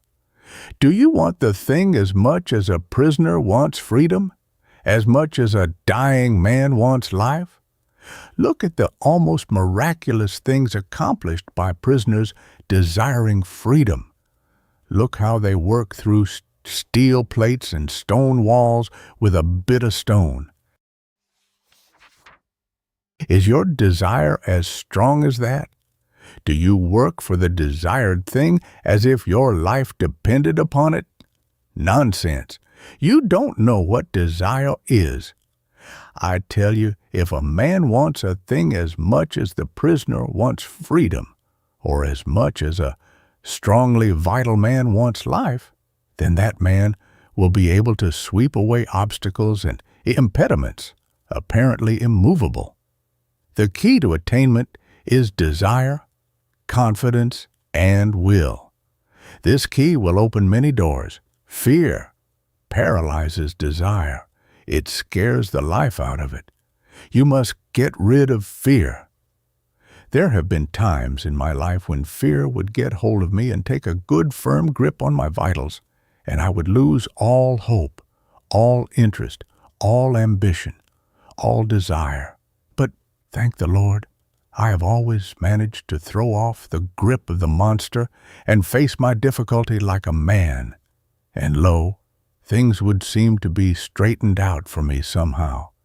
Either the difficulty would melt away, or I would be given means to overcome it, or get around, or under, or over it. It is strange how this works. No matter how great is the difficulty, when we finally face it with courage and confidence in ourselves, we seem to pull through somehow, and then we begin to wonder what we were scared about. This is not a mere fancy. It is the working of a mighty law, which we do not as yet fully understand, but which we may prove at any time. People often ask, "It's all very well for you New Thought people to say, 'Don't worry, but what's a person to do when he thinks of all the possible things ahead of him, which might upset him and his plans?' Well, all that I can say is that the man is foolish to bother about thinking of troubles to come at some time in the future. The majority of things that we worry about don't come to pass at all. A large proportion of the others come in a milder form than we had anticipated. And there are always other things which come at the same time which help us to overcome the trouble.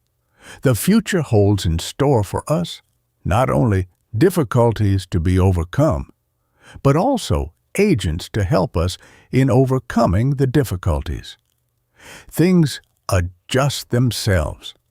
We are prepared for any trouble which may come upon us, and when the time comes, we somehow find ourselves able to meet it. God not only tempers the wind to the shorn lamb, but He also tempers the shorn lamb to the wind.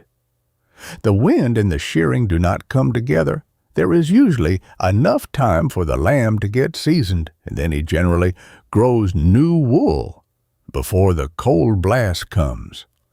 It has been well said that 9/10 of the worries are over things which never come to pass, and that the other 10th is over things of little or no account. So, what's the use in using up all your reserve force in fretting over future troubles, if this be so? Better wait until your troubles really come before you worry. You will find that by this storing up of energy, you will be able to meet about any sort of trouble that comes your way. What is it that uses up all the energy in the average man or woman anyway? Is it the real overcoming of difficulties, or the worrying about impending troubles? It's always tomorrow, tomorrow, and yet tomorrow never comes just as we feared it would. Tomorrow is all right. It carries in its grip good things as well as troubles.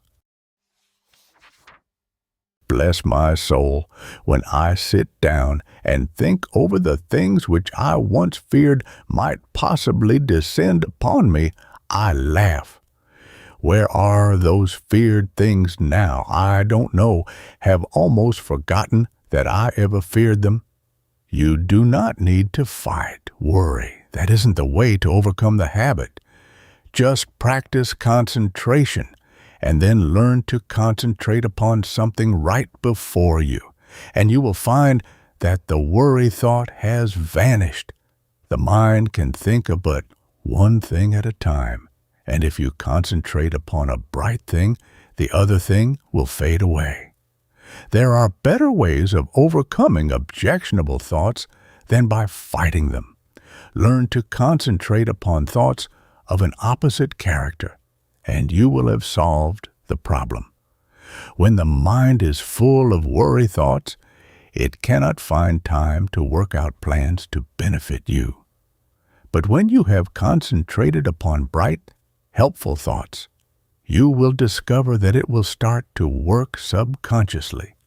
And when the time comes, you will find all sorts of plans and methods by which you will be able to meet the demands upon you. Keep your mental attitude right, and all things will be added unto you. There's no sense in worrying. Nothing has ever been gained by it, and nothing ever will be. Bright, cheerful, and happy thoughts attract bright, cheerful, and happy things to us. Worry drives them away. Cultivate the right mental attitude. Chapter 8. The Law of Mental Control. Your thoughts are either faithful servants or tyrannical masters, just as you allow them to be. You have the say about it. Take your choice. They will either go about your work under direction of the firm, doing it the best they know how, not only in your waking hours, but when you are asleep. Some of our best mental work being performed for us when our conscious mentality is at rest, as is evidenced by the fact that when the morning comes, we find troublesome problems have been worked out for us during the night, after we had dismissed them from our minds, apparently, or they will ride all over us and make us their slaves, if we are foolish enough to allow them to do so. More than half the people of the world are slaves of every vagrant thought which may see fit to torment them. Your mind is given you for your good and for your own use, not to use you. There are very few people who seem to realize this and who understand the art of managing the mind. The key to the mystery is concentration. A little practice will develop within every man the power to use the mental machine properly. When you have some mental work to do, concentrate upon it to the exclusion of everything else, and you will find that the mind will get right down to business, to the work at hand, and matters will be cleared up in no time. There is an absence of friction, and all waste motion or lost power is obviated. Every pound of energy is put to use, and every revolution of the mental driving wheel counts for something. It pays to be able to be a competent mental engineer, and the man who understands how to run his mental engine knows that one of the important things is to be able to stop it when the work has been done. He does not keep putting coal in the furnace and maintaining a high pressure after the work is finished, or when the day's portion of the work has been done, and the fires should be banked until the next day. Some people act as if the engine should be kept running whether there was any work to be done or not, and then they complain if it gets worn out and wobbles and needs repairing.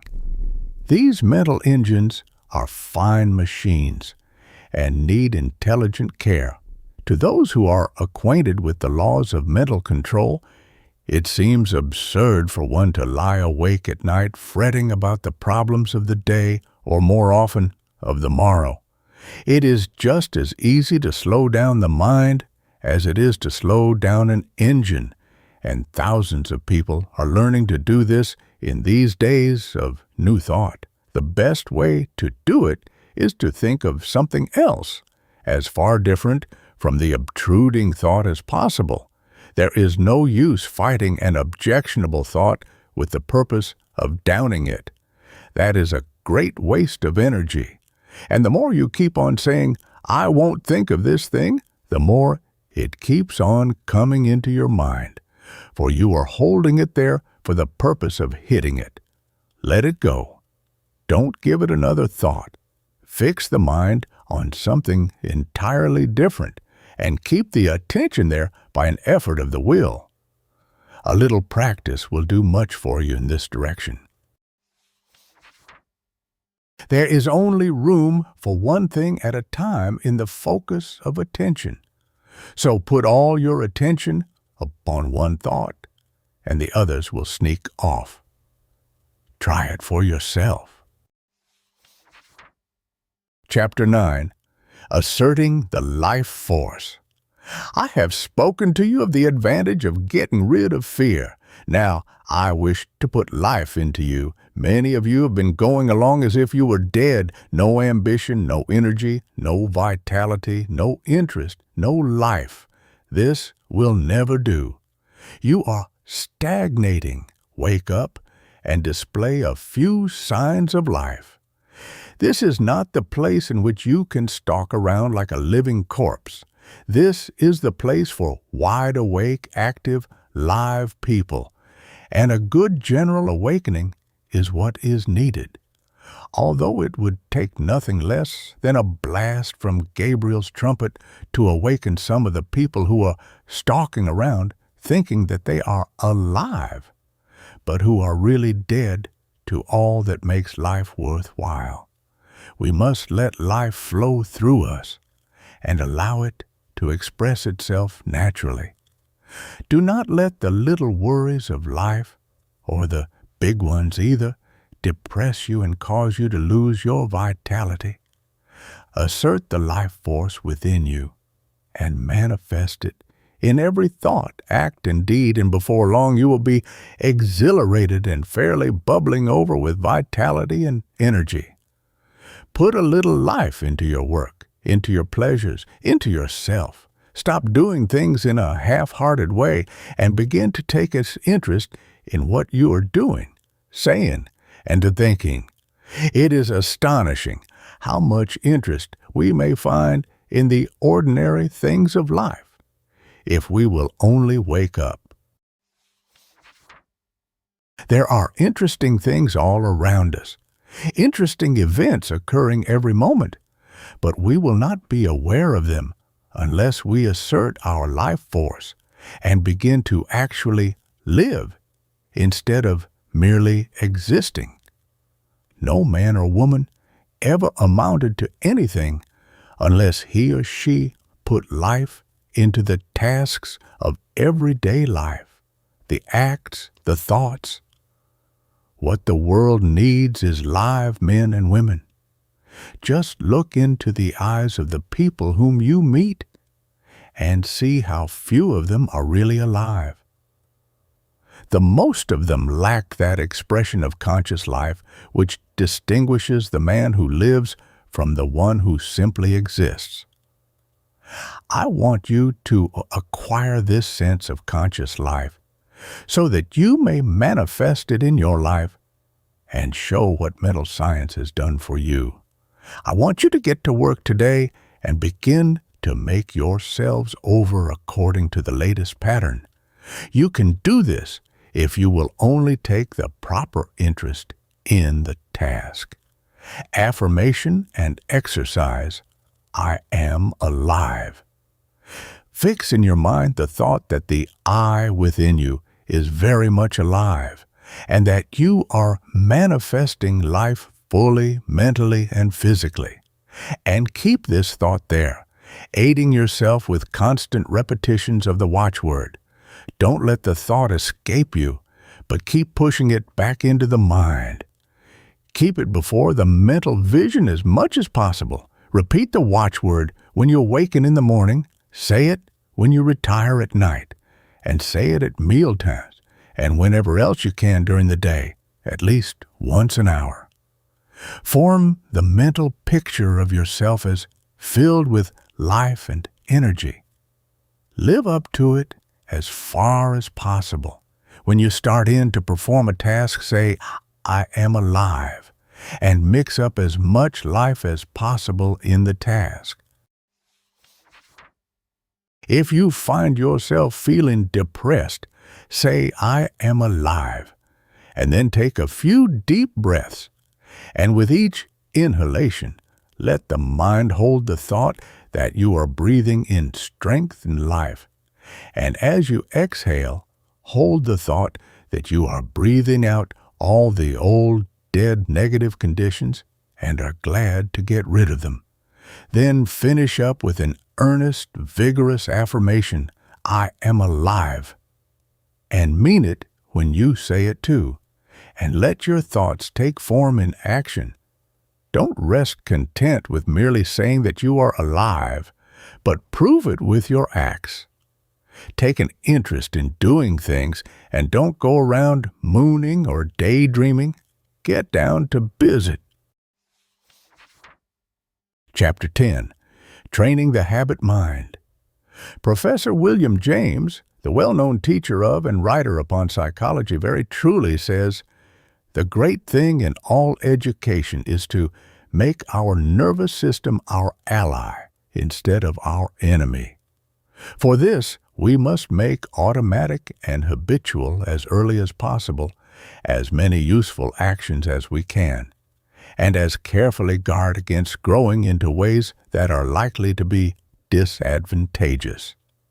In the acquisition of a new habit or the leaving off of an old one, we must take care to launch ourselves with as strong and decided initiative as possible. Never suffer an exception to occur until the new habit is securely rooted in your life. Seize the very first possible opportunity to act on every resolution you make and on every emotional prompting you may experience in the direction of the habits you aspire to gain. This advice is along the lines familiar to all students of mental science, but it states the matter more plainly than the majority of us have done. It impresses upon us the importance of passing on to the subconscious mind the proper impulses so that they will become automatic and second nature. Our subconscious mentality is a great storehouse for all sorts of suggestions from ourselves and others, and as it is the habit mind, we must be careful to send it the proper material from which it may make habits. If we get into the habit of doing certain things, we may be sure that the subconscious mentality will make it easier for us to do just the same thing over and over again, easier each time, until finally we are firmly bound with the ropes and chains of the habit and find it more or less difficult, sometimes almost impossible, to free ourselves from the hateful thing. We should cultivate good habits against the hour of need. The time will come when we will be required to put forth our best efforts, and it rests with us today whether that hour of need shall find us doing the proper thing automatically and almost without thought, or struggling to do it bound down and hindered with the chains of things opposed to that which we desire at that moment. We must be on guard at all times to prevent the forming of undesirable habits. There may be no special harm in doing a certain thing today, or perhaps again tomorrow, but there may be much harm in setting up the habit of doing that particular thing. If you are confronted with the question, which of these two things should I do? The best answer is, I will do that which I would like to become a habit with me. In forming a new habit, or in breaking an old one, we should throw ourselves into the task with as much enthusiasm as possible in order to gain the most ground before the energy expends itself when it meets with friction from the opposing habits already formed. We should start in by making as strong an impression as possible upon the subconscious mentality.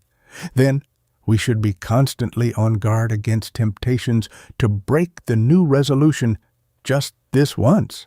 This just once idea kills off more good resolutions than any other one cause. The moment you yield just this once, you introduce the thin edge of the wedge that will, in the end, split your resolution into pieces. Equally important is the fact that each time you resist temptation, the stronger does your resolution become. Act upon your resolution as early and as often as possible. As with every manifestation of thought in action, the stronger does it become. You are adding to the strength of your original resolution every time you back it up with action. The mind has been likened to a piece of paper that has been folded. Ever afterwards, it has a tendency to fold in the same crease, unless we make a new crease or fold when it will follow the last lines. And the creases are habits. Every time we make one, it is so much easier for the mind to fold along the same crease afterward. Let us make our mental creases in the right direction. Chapter 11. The Psychology of Emotion. One is apt to think of the emotions as independent from habit. We easily may think of one acquiring habits of action and even of thinking, but we are apt to regard the emotions as something connected with feeling and quite divorced from intellectual effort. Yet, notwithstanding the distinction between the two, both are dependent largely upon habit, and one may repress, increase, develop, and change one's emotions, just as one may regulate habits of action and lines of thought. It is an axiom of psychology that emotions deepen by repetition. If a person allows a state of feeling to thoroughly take possession of him, he will find it easier to yield to the same emotion the second time, and so on, until the particular emotion or feeling becomes second nature to him. If an undesirable emotion shows itself inclined to take up a permanent abode with you, you had better start to work to get rid of it, or at least to master it. And the best time to do this is at the start, for each repetition renders the habit more firmly entrenched, and the task of dislodging it more difficult. Were you ever jealous? If so, you will remember how insidious was its first approach, how subtly it whispered hateful suggestions into your willing ear, and how gradually it followed up such suggestions until finally you began to see green. Jealousy has an effect upon the bile and causes it to poison the blood. This is why the idea of the green is always associated with it. Then you will remember how the thing seemed to grow, taking possession of you until you scarcely could shake it off. Because you found it much easier to become jealous the next time. It seemed to bring before you all sorts of objects apparently justifying your suspicions and feeling. Everything began to look green, the green-eyed monster waxed fat, and so it is with every feeling or emotion. If you give way to a fit of rage, you will find it easier to become angry the next time on less provocation. The habit of feeling and acting mean does not take long to firmly settle itself in its new home if encouraged. Worry is a great habit for growing and waxing fat. People start by worrying about big things, and then begin to worry and fret about some smaller thing, and then the merest trifle worries and distresses them. They imagine that all sorts of evil things are about to befall them. If they start on a journey, they are certain there is going to be a wreck. If a telegram comes, it is sure to contain some dreadful tidings. If a child seems a little quiet, the worrying mother is positive it is going to fall ill and die. If the husband seems thoughtful as he revolves some business plan in his mind, then the good wife is convinced that he is beginning to cease to love her, and indulges in a crying spell. And so it goes, worry, worry, worry, each indulgence making the habit more at home. After a while, the continued thought shows itself in action. Not only is the mind poisoned by the blue thoughts, but the forehead shows deep lines between the eyebrows, and the voice takes on that whining, rasping tone so common among worry-burdened people. The condition of mind known as fault-finding is another emotion that grows fat with exercise. First, fault is found with this thing, then with that, and finally with everything. The person becomes a chronic nagger, a burden to friends and relatives, and a thing to be avoided by outsiders. Women make the greatest naggers, not because men are any better, but simply because a man nagger is apt to have the habit knocked out of him by other men who will not stand his nonsense. He finds that he is making things too hot for himself, and he reforms. While a woman has more of a chance to indulge in the habit, but this nagging is all a matter of habit. It grows from small beginnings, and each time it is indulged in, it throws out another root, branch, or tendril, and fastens itself the closer to the one who has given it soil in which to grow. Envy, uncharitableness, gossip, scandal-mongering are all habits of this kind. The seeds are in every human breast, and only need good soil and a little watering to become lusty and strong.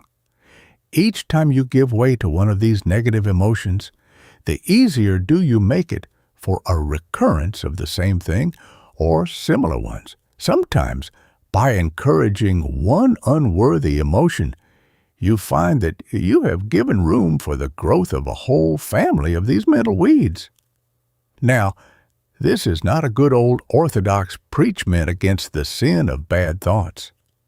It is merely a calling of your attention to the law underlying the psychology of emotions. Nothing new about it, old as the hills, so old that many of us have forgotten all about it.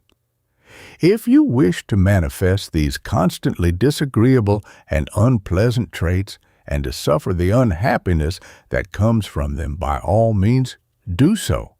That is your own business and privilege. It's none of mine, and I am not preaching at you. It keeps me busy minding my own business and keeping an eye on my own undesirable habits and actions. I am merely telling you the law regarding the matter, and you may do the rest. If you wish to choke out these habits, there are two ways open to you.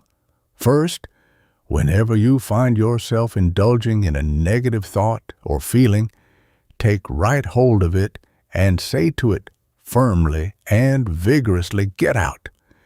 It won't like this at first, and will bridle up, curve its back, and snarl like an offended cat. But never mind, just say "scat" to it. The next time, it will not be so confident and aggressive.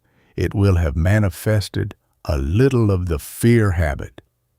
Each time you repress and choke out a tendency of this kind, the weaker it will become, and the stronger will your will be. Professor James says, Refuse to express a passion, and it dies. Count 10 before venting your anger, and its occasion seems ridiculous. Whistling to keep up courage is no mere figure of speech. On the other hand, sit all day in a moping posture, sigh, and reply to everything with a dismal voice, and your melancholy lingers. There is no more valuable precept in moral education than this, as all who have experience know. If we wish to conquer emotional tendencies in ourselves, we must assiduously, and in the first instance, cold-bloodedly, go through the outward movements of those contrary dispositions which we prefer to cultivate. Smooth the brow, brighten the eye, contract the dorsal rather than the ventral aspect of the frame, and speak in a major key, pass the genial compliment, and your heart must be frigid indeed if it does not gradually thaw. Chapter 12. Developing New Brain Cells.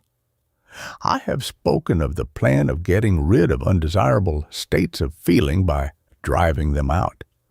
But a far better way is to cultivate the feeling or emotion directly opposed to the one you wish to eradicate. We are very apt to regard ourselves as the creatures of our emotions and feelings, and to fancy that these feelings and emotions are we. But such is far from being the truth. It is true that the majority of the race are slaves of their emotions and feelings, and are governed by them to a great degree. They think that feelings are things that rule one and from which one cannot free himself, and so they cease to rebel. They yield to the feeling without question, although they may know that the emotion or mental trait is calculated to injure them and to bring unhappiness and failure instead of happiness and success. They say, "We are made that way," and let it go at that. The new psychology is teaching the people better things. It tells them that they are masters of their emotions and feelings instead of being their slaves. It tells them that brain cells may be developed that will manifest along desirable lines, and that the old brain cells that have been manifesting so unpleasantly may be placed on the retired list and allowed to atrophy from want of use.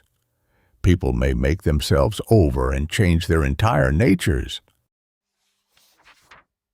This is not mere idle theory, but is a working fact which has been demonstrated by thousands of people, and which is coming more and more before the attention of the race. No matter what theory of mind we entertain, we must admit that the brain is the organ and instrument of the mind, in our present state of existence at least, and that the brain must be considered in this matter. The brain is like a wonderful musical instrument, having millions of keys upon which we may play innumerable combinations of sounds. We come into the world with certain tendencies, temperaments, and predispositions. We may account for these tendencies by heredity, or we may account for them upon theories of pre-existence. But the facts remain the same. Certain keys seem to respond to our touch more easily than others. Certain notes seem to sound forth as the current of circumstances sweeps over the strings, and certain other notes are less easily vibrated. But we find that if we but make an effort of the will to restrain the utterance of some of these easily sounded strings, they will grow more difficult to sound and less liable to be stirred by the passing breeze. And if we will pay attention to some of the other strings that have not been giving forth a clear tone, we will soon get them in good working order. Their notes will chime forth clear and vibrant and will drown the less pleasant sounds. We have millions of unused brain cells awaiting our cultivation. We are using but a few of them, and some of these we are working to death. We are able to give some of these cells a rest by using other cells. The brain may be trained and cultivated in a manner incredible to one who has not looked into the subject. Mental attitudes may be acquired and cultivated, changed and discarded at will. There is no longer any excuse for people manifesting unpleasant and harmful mental states. We have the remedy in our own hands. We acquire habits of thought, feeling, and action by repeated use. We may be born with a tendency in a certain direction, or we may acquire tendencies by suggestions from others, such as the examples of those around us, suggestions from reading, listening to teachers. We are a bundle of mental habits. Each time we indulge in an undesirable thought or habit, the easier does it become to repeat that thought or action. And the oftener we give forth a certain desirable thought or perform a desirable action, the easier does it become for us to repeat that thought or action. Mental scientists are in the habit of speaking of desirable thoughts or mental attitudes as positive, and of the undesirable ones as negative. There is a good reason for this. The mind instinctively recognizes certain things as good for the individual to which it belongs, and it clears the path for such thoughts and interposes the least resistance to them. They have a much greater effect than an undesirable thought possesses, and one positive thought will counteract a number of negative thoughts. The best way to overcome undesirable or negative thoughts and feelings is to cultivate the positive ones. The positive thought is the strongest plant, and will in time starve out the negative one by withdrawing from it the nourishment necessary for its existence. Of course, the negative thought will set up a vigorous resistance at first, for it is a fight for life with it. In the slang words of the time, it sees its finish if the positive thought is allowed to grow and develop, and consequently, it makes things unpleasant for the individual until he has started well into the work of starving it out. Brain cells do not like to be laid on the shelf any more than does any other form of living energy, and they rebel and struggle until they become too weak to do so. The best way is to pay as little attention as possible to these weeds of the mind, but put in as much time as possible watering, caring for, and attending to the new and beautiful plants in the garden of the mind.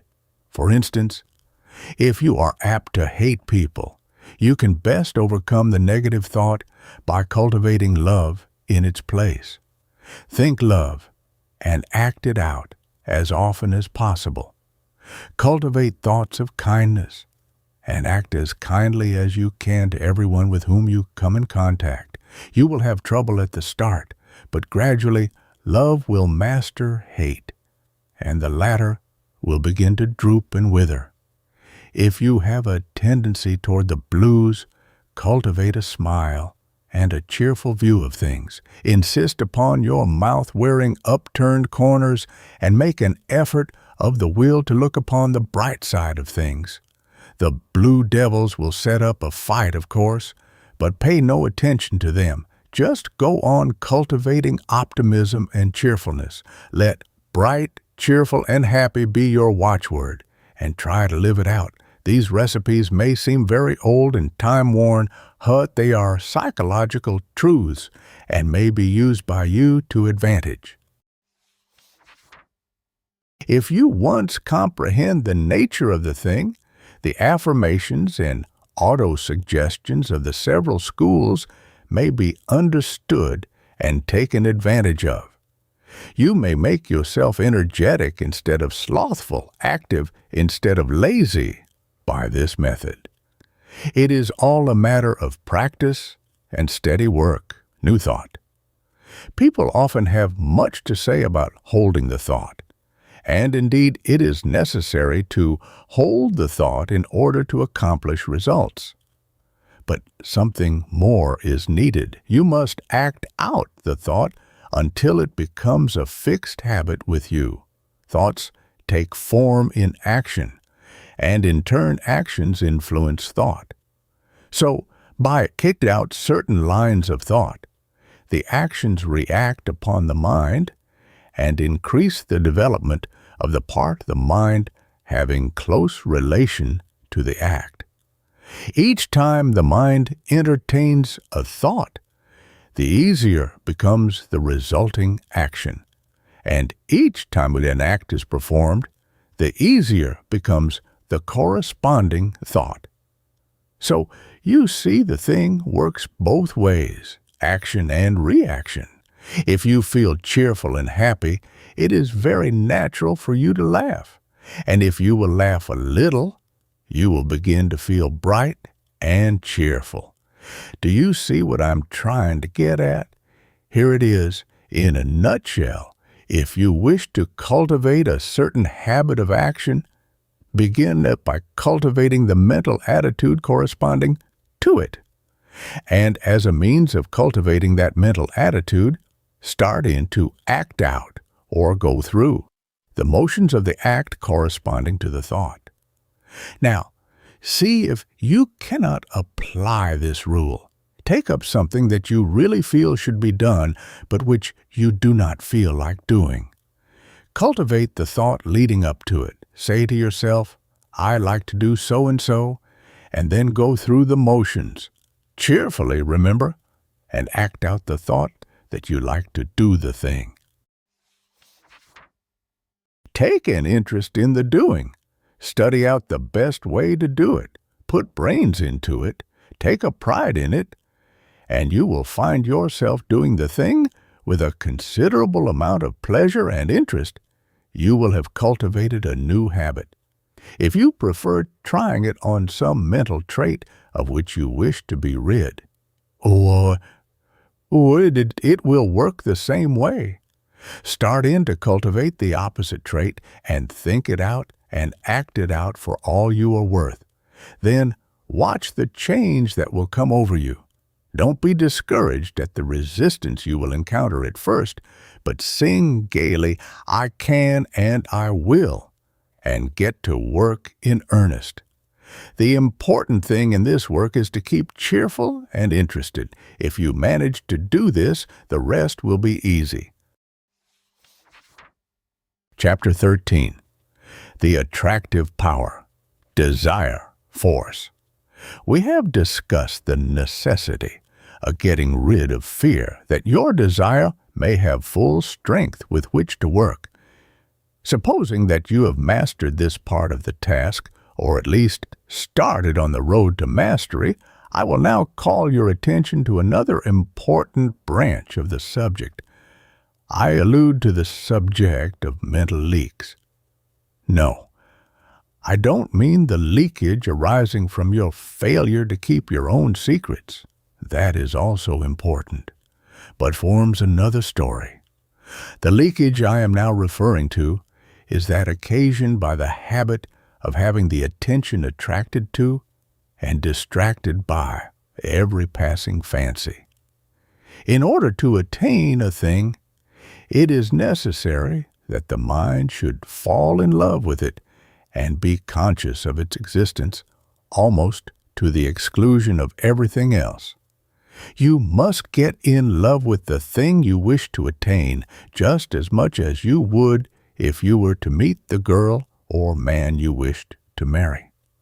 I do not mean that you should become a monomaniac upon the subject and should lose all interest in everything else in the world. That won't do, for the mind must have recreation and change, but I do mean that you must be so set upon the desired thing that all else will seem of secondary importance.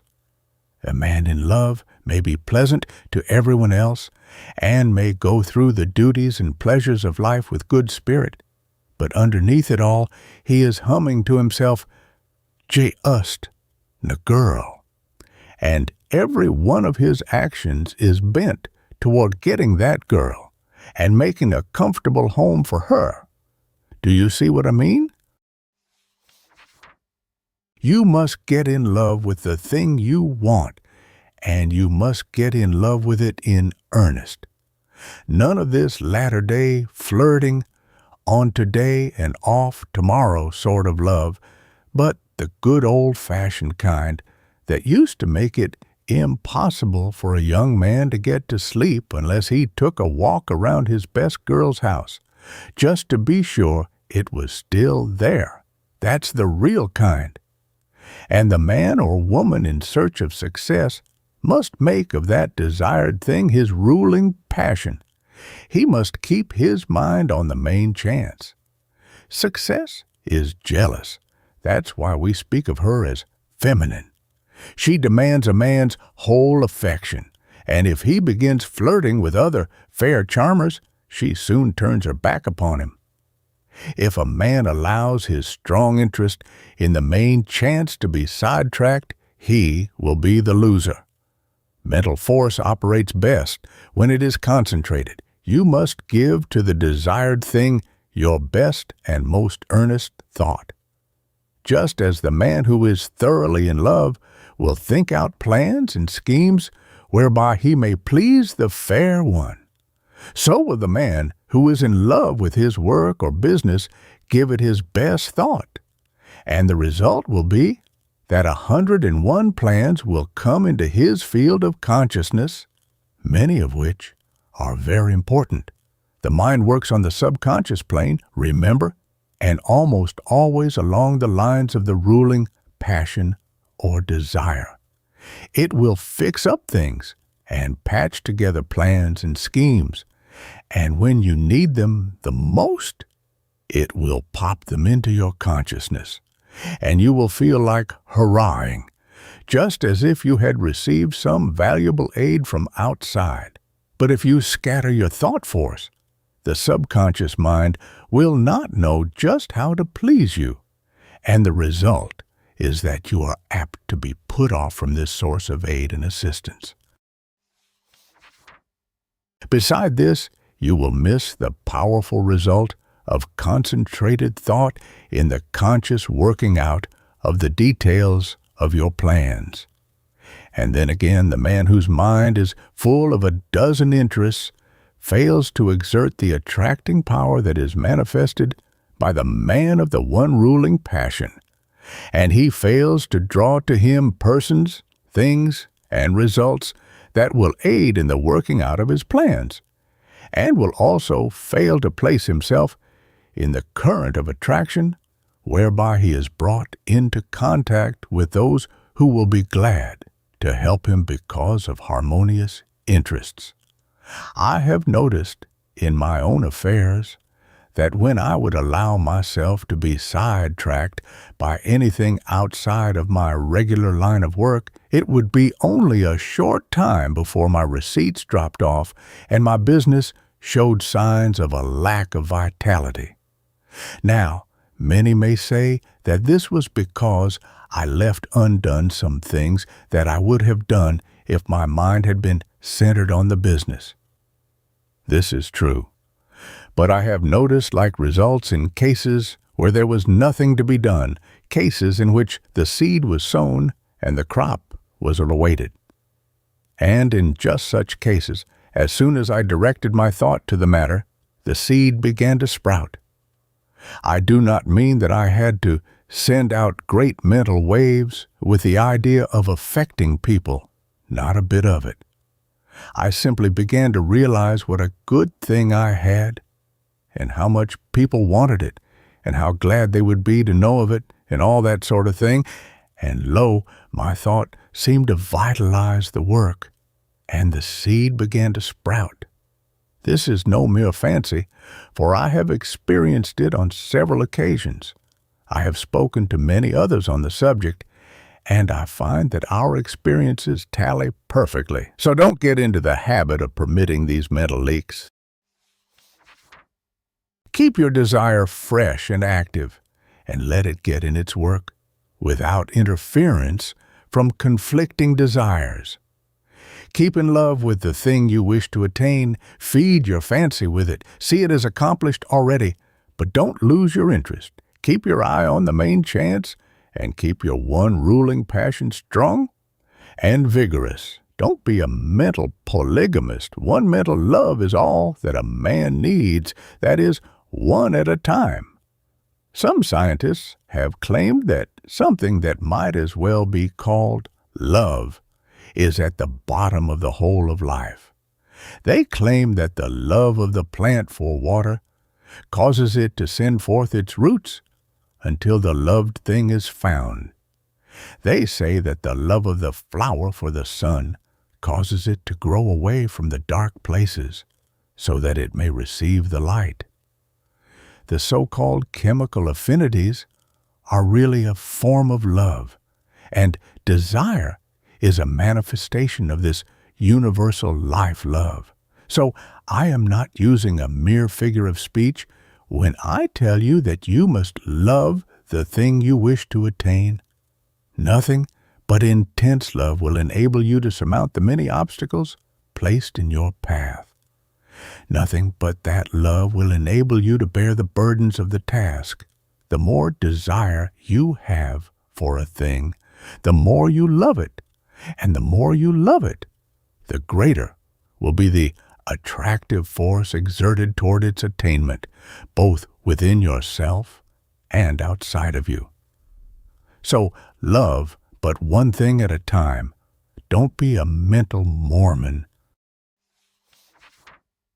Chapter 14. The Great Dynamic Forces.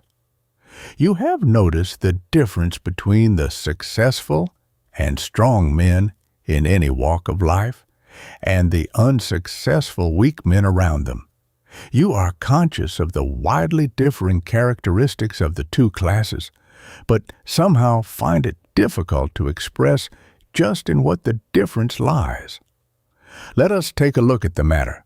Buxton said, "The longer I live, the more certain I am that the great difference between men, the feeble and the powerful, the great and the insignificant, is energy and invincible determination, a purpose once fixed, and then death or victory. That quality will do anything that can be done in this world, and no talents, no circumstances, no opportunities will make a two-legged creature a man without it." I do not see how the idea could be more clearly expressed than Buxton has spoken. He has put his finger right in the center of the subject. His eye has seen into the heart of it. Energy and invincible determination, these two things will sweep away mighty barriers and will surmount the greatest obstacles. And yet they must be used together. Energy without determination will go to waste. Lots of men have plenty of energy. They are full to overflowing with it, and yet they lack concentration. They lack the concentrated force that enables them to bring their power to bear upon the right spot. Energy is not nearly so rare a thing as many imagine it to be. I can look around me at any time and pick out a number of people I know who are full of energy. Many of them are energy plus, and yet somehow they do not seem to make any headway. They are wasting their energy all the time. Now they are fooling with this thing, now meddling with that. They will take up some trifling thing of no real interest or importance, and waste enough energy and nervous force to carry them through a hard day's work. And yet when they are through, nothing has been accomplished. Others who have plenty of energy fail to direct it by the power of the will toward the desired end. Invincible determination. Those are the words. Do they not thrill you with their power? If you have something to do, get to work and do it. Marshal your energy and then guide and direct it by your will.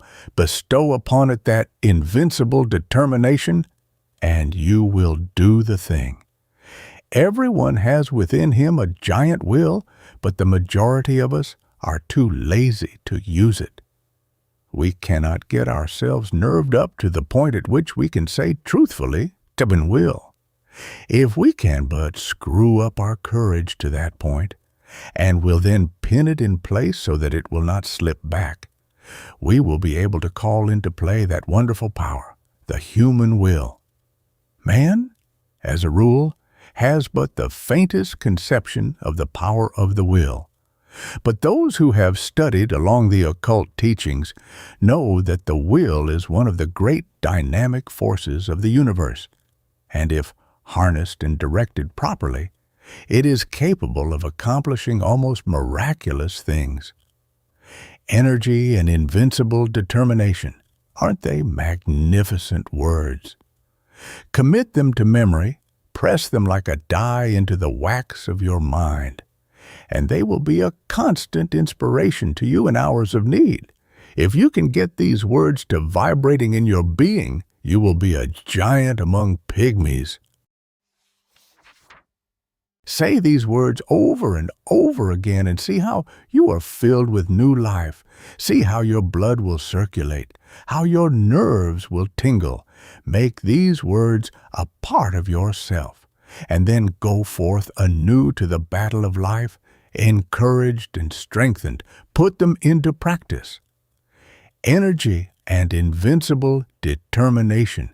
Let that be your motto in your workaday life, and you will be one of those rare men who are able to do things. Many persons are deterred from doing their best by the fact that they underrate themselves by comparison with the successful ones of life, or rather, overrate the successful ones by comparison with themselves. One of the curious things noticed by those who are brought in contact with the people who have arrived is the fact that these successful people are not extraordinary after all. You meet with some great writer, and you are disappointed to find him very ordinary indeed. He does not converse brilliantly, and in fact, you know a score of everyday people who seem far more brilliant than this man who dazzles you by his brightness in his books. You meet some great statesman, and he does not seem nearly so wise as lots of old fellows in your own village who waste their wisdom upon the desert air. You meet some great captain of industry, and he does not give you the impression of the shrewdness so marked in some little bargain-driving trader in your own town. How is this, anyway? Are the reputations of these people fictitious? Or what is the trouble? The trouble is this. You have imagined these people to be made of superior metal and are disappointed to find them made of the same stuff as yourself and those about you. But, you ask, wherein does their greatness of achievement lie? Chiefly in this: belief in themselves and in their inherent power, in their faculty to concentrate on the work in hand when they are working, and in their ability to prevent leaks of power when they are not working. They believe in themselves and make every effort count. Your village wiseman spills his wisdom on every corner and talks to a lot of fools, when, if he really were wise, he would save up his wisdom and place it where it would do some work. The brilliant writer does not waste his wit upon every comer. In fact, he shuts the drawer in which he contains his wit and opens it only when he is ready to concentrate and get down to business. The captain of industry has no desire to impress you with his shrewdness and smartness. He never did, even when he was young. While his companions were talking and boasting and blowing, this future successful financier was sawing wood and saying nothing. The great people of the world, that is, those who have arrived, are not very different from you or me or the rest of us. All of us are about the same at the base. You have only to meet them to see how very ordinary they are, after all. But don't forget the fact that they know how to use the material that is in them, while the rest of the crowd does not, and in fact, even doubts whether the true stuff is there. The man or woman who gets there usually starts out by realizing that he or she is not so very different, after all, from the successful people that they hear so much about. This gives them confidence, and the result is they find out that they are able to do things. Then they learn to keep their mouths closed and to avoid wasting and dissipating their energy. They store up energy and concentrate it upon the task at hand, while their companions are scattering their energies in every direction, trying to show off and let people know how smart they are. The man or woman who gets there prefers to wait for the applause that follows deeds accomplished, and cares very little for the praise that attend promises of what we expect to do someday, or an exhibition of smartness without works. One of the reasons that people who are thrown in with successful men often manifest success themselves is that they are able to watch the successful man and sort of catch the trick of his greatness.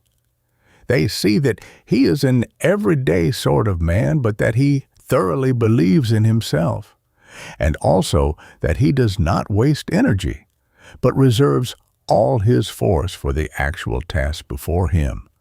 And, profiting by example, they start to work and put the lesson into practice in their own lives.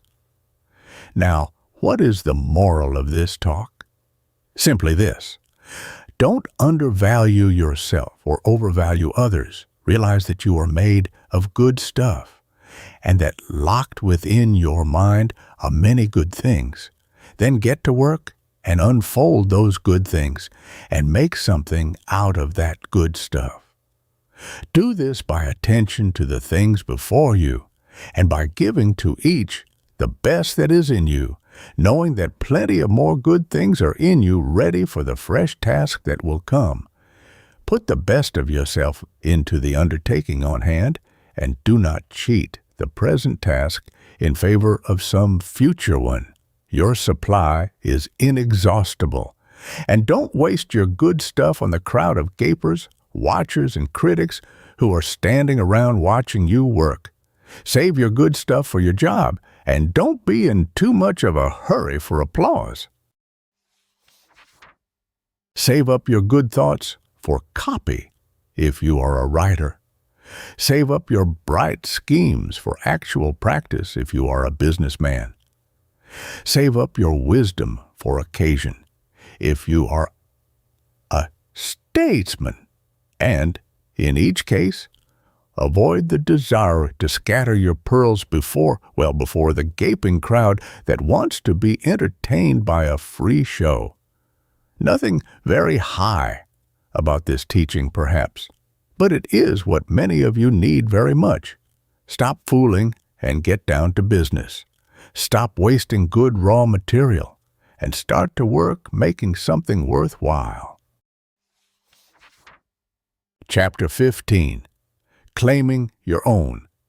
In a recent conversation, I was telling a woman to pluck up courage and to reach out for a certain good thing for which she had been longing for many years, and which at last appeared to be in sight. I told her that it looked as if her desire was about to be gratified, that the law of attraction was bringing it to her. She lacked faith and kept on repeating, "Oh, it's too good to be true. It's too good for me."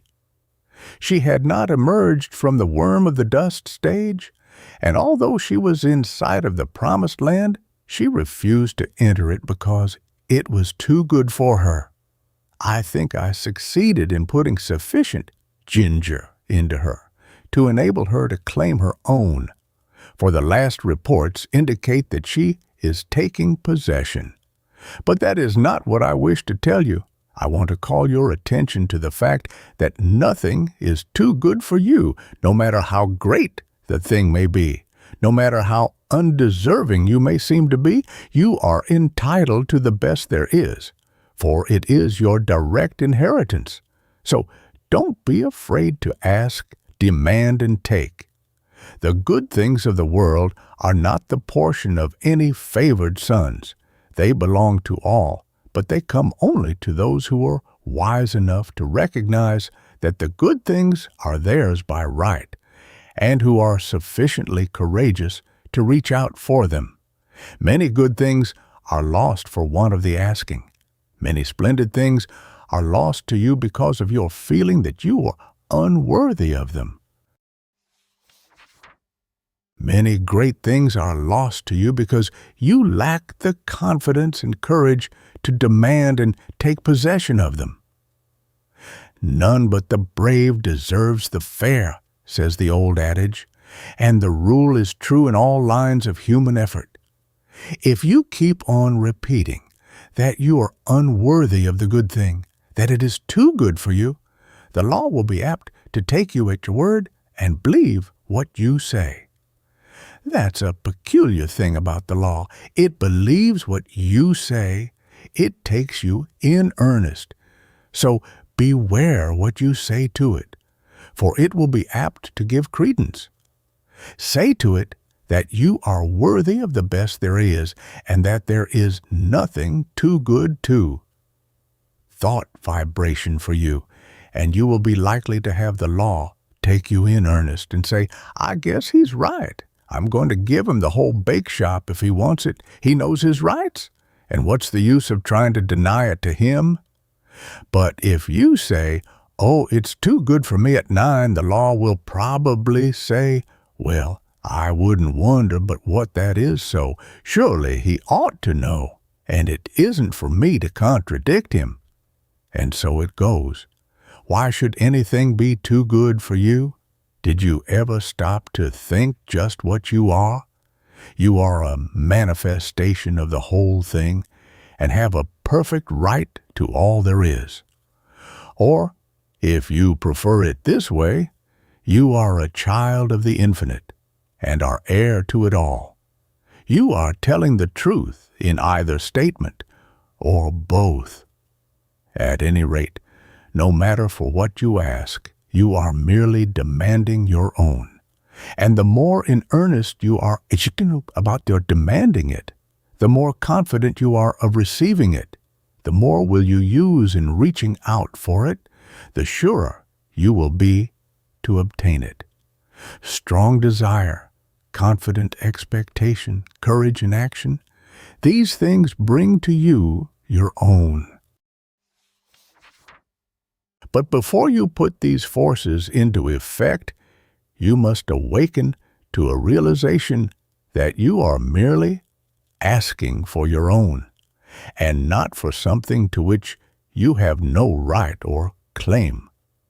So long as there exists in your mind the last sneaking bit of doubt as to your right to the things you want, you will be setting up a resistance to the operation of the law. You may demand as vigorously as you please, but you will lack the courage to act if you have a lingering doubt of your right to the thing you want. If you persist in regarding the desired thing as if it belonged to another instead of to yourself, you will be placing yourself in the position of the covetous or envious man, or even in the position of a tempted thief. In such a case, your mind will revolt at proceeding with the work. For it instinctively will recoil from the idea of taking what is not your own. The mind is honest. But when you realize that the best the universe holds belongs to you as a divine heir, and that there is enough for all without your robbing anyone else, then the friction is removed and the barrier broken down, and the law proceeds to do its work. I do not believe in this humble business. This meek and lowly attitude does not appeal to me. There is no sense in it at all. The idea of making a virtue of such things when man is the heir of the universe and is entitled to whatever he needs for his growth, happiness, and satisfaction. I do not mean that one should assume a blustering and domineering attitude of mind. That is also absurd, for true strength does not so exhibit itself. The blusterer is a self-confessed weakling. He blusters to disguise his weakness.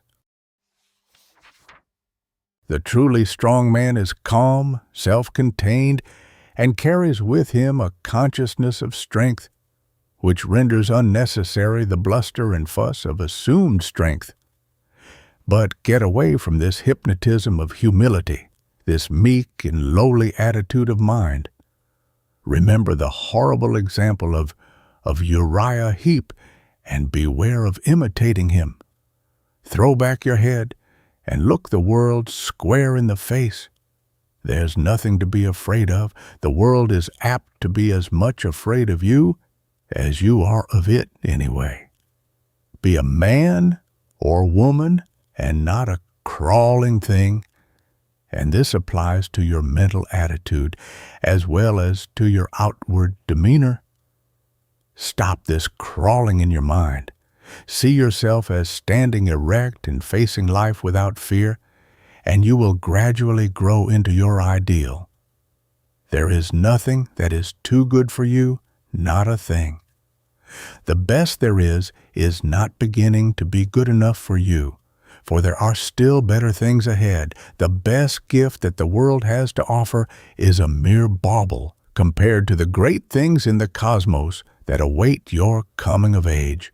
So don't be afraid to reach out for these playthings of life, these baubles of this plane of consciousness. Reach out for thee, grab a whole fistful, play with them until you're tired. That's what they are made for anyway. They are made for our express use, not to look at, but to be played with if you desire. Help yourself. There's a whole shop full of these toys awaiting your desire, demand and taking. Don't be bashful. Don't let me hear any more of this silly talk about things being too good for you. Pshaw! You have been like the emperor's little son, thinking that the tin soldiers and toy drum were far too good for him and refusing to reach out for them. But you don't find this trouble with children as a rule. They instinctively recognize that nothing is too good for them. They want all that is in sight to play with, and they seem to feel that the things are theirs by right. And that is the condition of mind that we seekers after the divine adventure must cultivate. Unless we become as little children, we cannot enter the kingdom of heaven. The things we see around us are the playthings of the kindergarten of God, playthings which we use in our game tasks. Help yourself to them. Ask for them without bashfulness. Demand as many as you can make use of. They are yours. And if you don't see just what you want, ask for it. There's a big reserve stock on the shelves and in the closets. Play, play, play to your heart's content. Learn to weave mats, to build houses with the blocks, to stitch outlines on the squares. Play the game through and play it well. And demand all the proper materials for the play. Don't be bashful. There's enough to go round. But remember this. While all this be true, the best things are still only game things. Toys, blocks, mats, cubes, and all the rest. Useful, most useful, for the learning of the lessons. Pleasant, most pleasant, with which to play, and desirable, most desirable, for these purposes. Get all the fun and profit out of the use of things that is possible. Throw yourself heartily into the game and play it out. It is good. But here's the thing to remember. Never lose sight of the fact that these good things are but playthings, part of the game, and you must be perfectly willing to lay them aside when the time comes to pass into the next class, and not cry and mourn because you must leave your playthings behind you. Do not allow yourself to become unduly attached to them. They are for your use and please you, but are not a part of you, not essential to your happiness in the next stage. Despise them not because of their lack of reality. They are great things relatively, and you may as well have all the fun out of them that you can. Don't be a spiritual prig standing aside and refusing to join in the game. But do not tie yourself to them. They are good to use and play with, but not good enough to use you and to make you a plaything. Don't let the toys turn the tables on you. This is the difference between the master of circumstances and the slave of circumstances. The slave thinks that these playthings are real and that he is not good enough to have them.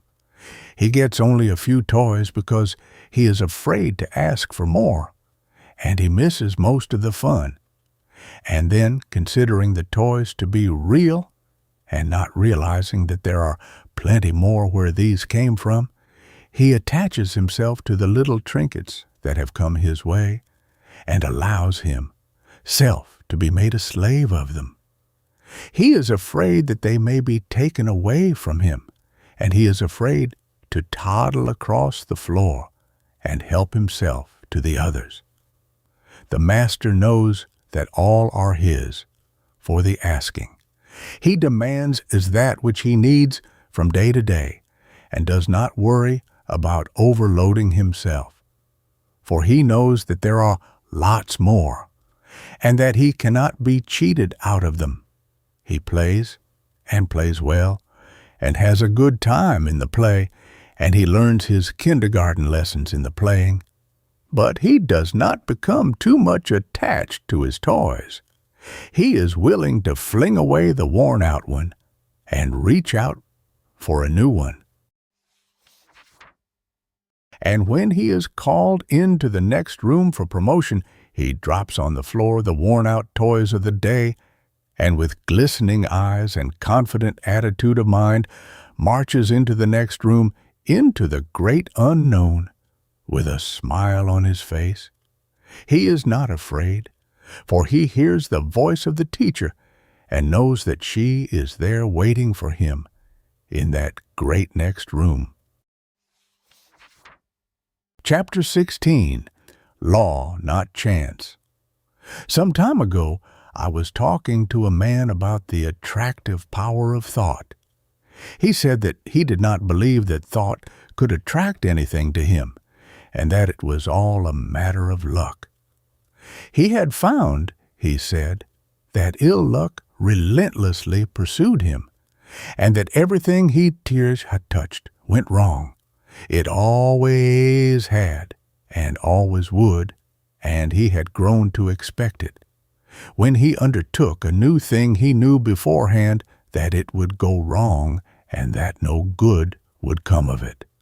Oh no, there wasn't anything in the theory of attractive thought.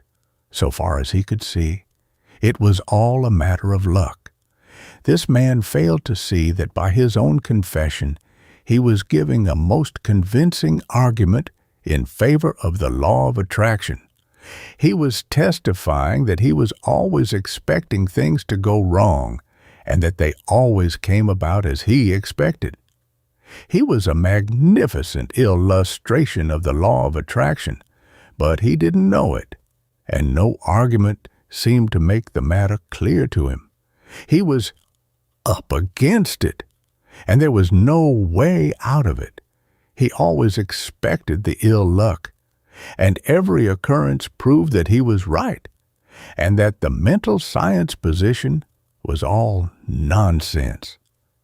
There are many people who seem to think that the only way in which the law of attraction operates is when one wishes hard, strong, and steady.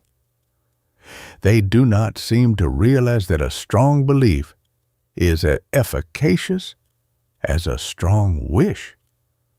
The successful man believes in himself and in his ultimate success, and, paying no attention to little setbacks, stumbles, tumbles, and slips, presses on eagerly to the goal, believing all the time that he will get there. His views and aims may alter as he progresses, and he may change his plans or have them changed for him, but all the time he knows in his heart that he will eventually get there. He is not steadily wishing he may get there. He simply feels it and believes it, and thereby sets into operation the strongest forces known in the world of thought. The man who just as steadily believes he is going to fail will invariably fail. How could he help it? There is no special miracle about it. Everything he does, thinks, and says is tinctured with the thought of failure. Other people catch his spirit and fail to trust him or his ability, which occurrences he in turn sets down as but other exhibitions of his ill luck, instead of ascribing them to his belief and expectation of failure. He is suggesting failure to himself all the time, and he invariably takes on the effect of the auto-suggestion. Then again, he by his negative thoughts shuts up that portion of his mind from which should come the ideas and plans conducive to success, and which do come to the man who is expecting success because he believes in it. A state of discouragement is not the one in which bright ideas come to us. It is only when we are enthused and hopeful that our minds work out the bright ideas which we may turn to account. Men instinctively feel the atmosphere of failure hovering around certain of their fellows, and on the other hand, recognize something about others which leads them to say, when they hear of a temporary mishap befallen such a one, "Oh, he'll come out all right somehow. You can't down him." It is the atmosphere caused by the prevailing mental attitude. Clear up your mental atmosphere. There is no such thing as chance. Law maintains everywhere, and all that happens, happens because of the operation of law. You cannot name the simplest thing that ever occurred by chance, try it, and then run the thing down to a final analysis, and you will see it as the result of law. It is as plain as mathematics, plan and purpose, cause and effect. From the movements of worlds to the growth of the grain of mustard seed, all the result of law. The fall of the stone down the mountainside is not chance. Forces which had been in operation for centuries caused it, and back of that cause were other causes, and so on until the causeless cause is reached. And life is not the result of chance. The law is here too. The law is in full operation, whether you know it or not, whether you believe in it or not. You may be the ignorant object upon which the law operates, and bring yourself all sorts of trouble because of your ignorance of or opposition to the law. Or you may fall in with the operations of the law, get into its current, as it were, and life will seem a far different thing to you. You cannot get outside of the law by refusing to have anything to do with it. You are at liberty to oppose it and produce all the friction you wish to. It doesn't hurt the law, and you may keep it up until you learn your lesson. The law of thought attraction is one name for the law, or rather, for one manifestation of it. Again, I say, your thoughts are real things. They go forth from you in all directions, combining with thoughts of like kind, opposing thoughts of a different character, forming combinations, going where they are attracted, flying away from thought centers opposing them. And your mind attracts the thoughts of others, which have been sent out by them consciously or unconsciously. But it attracts only those thoughts which are in harmony with its own. Like attracts like, and opposites repel opposites in the world of thought. If you set your mind to the keynote of courage, confidence, strength, and success, you attract to yourself thoughts of like nature, people of like nature, things that fit in the mental tune. Your prevailing thought or mood determines that which is to be drawn toward you, picks out your mental bedfellow. You are today setting into motion thought currents, which will in time attract toward you thoughts, people, and conditions in harmony with the predominant note of your thought. Your thought will mingle with that of others of like nature and mind, and you will be attracted toward each other, and will surely come together with a common purpose sooner or later, unless one or the other of you should change the current of his thoughts. Fall in with the operations of the law. Make it a part of yourself. Get into its currents. Maintain your poise. Set your mind to the keynote of courage, confidence, and success. Get in touch with all the thoughts of that kind that are emanating every hour from hundreds of minds. Get the best that is to be had in the thought world. The best is there, so be satisfied with nothing less. Get into partnership with good minds. Get into the right vibrations. You must be tired of being tossed about by the operations of the law. Get into harmony with it.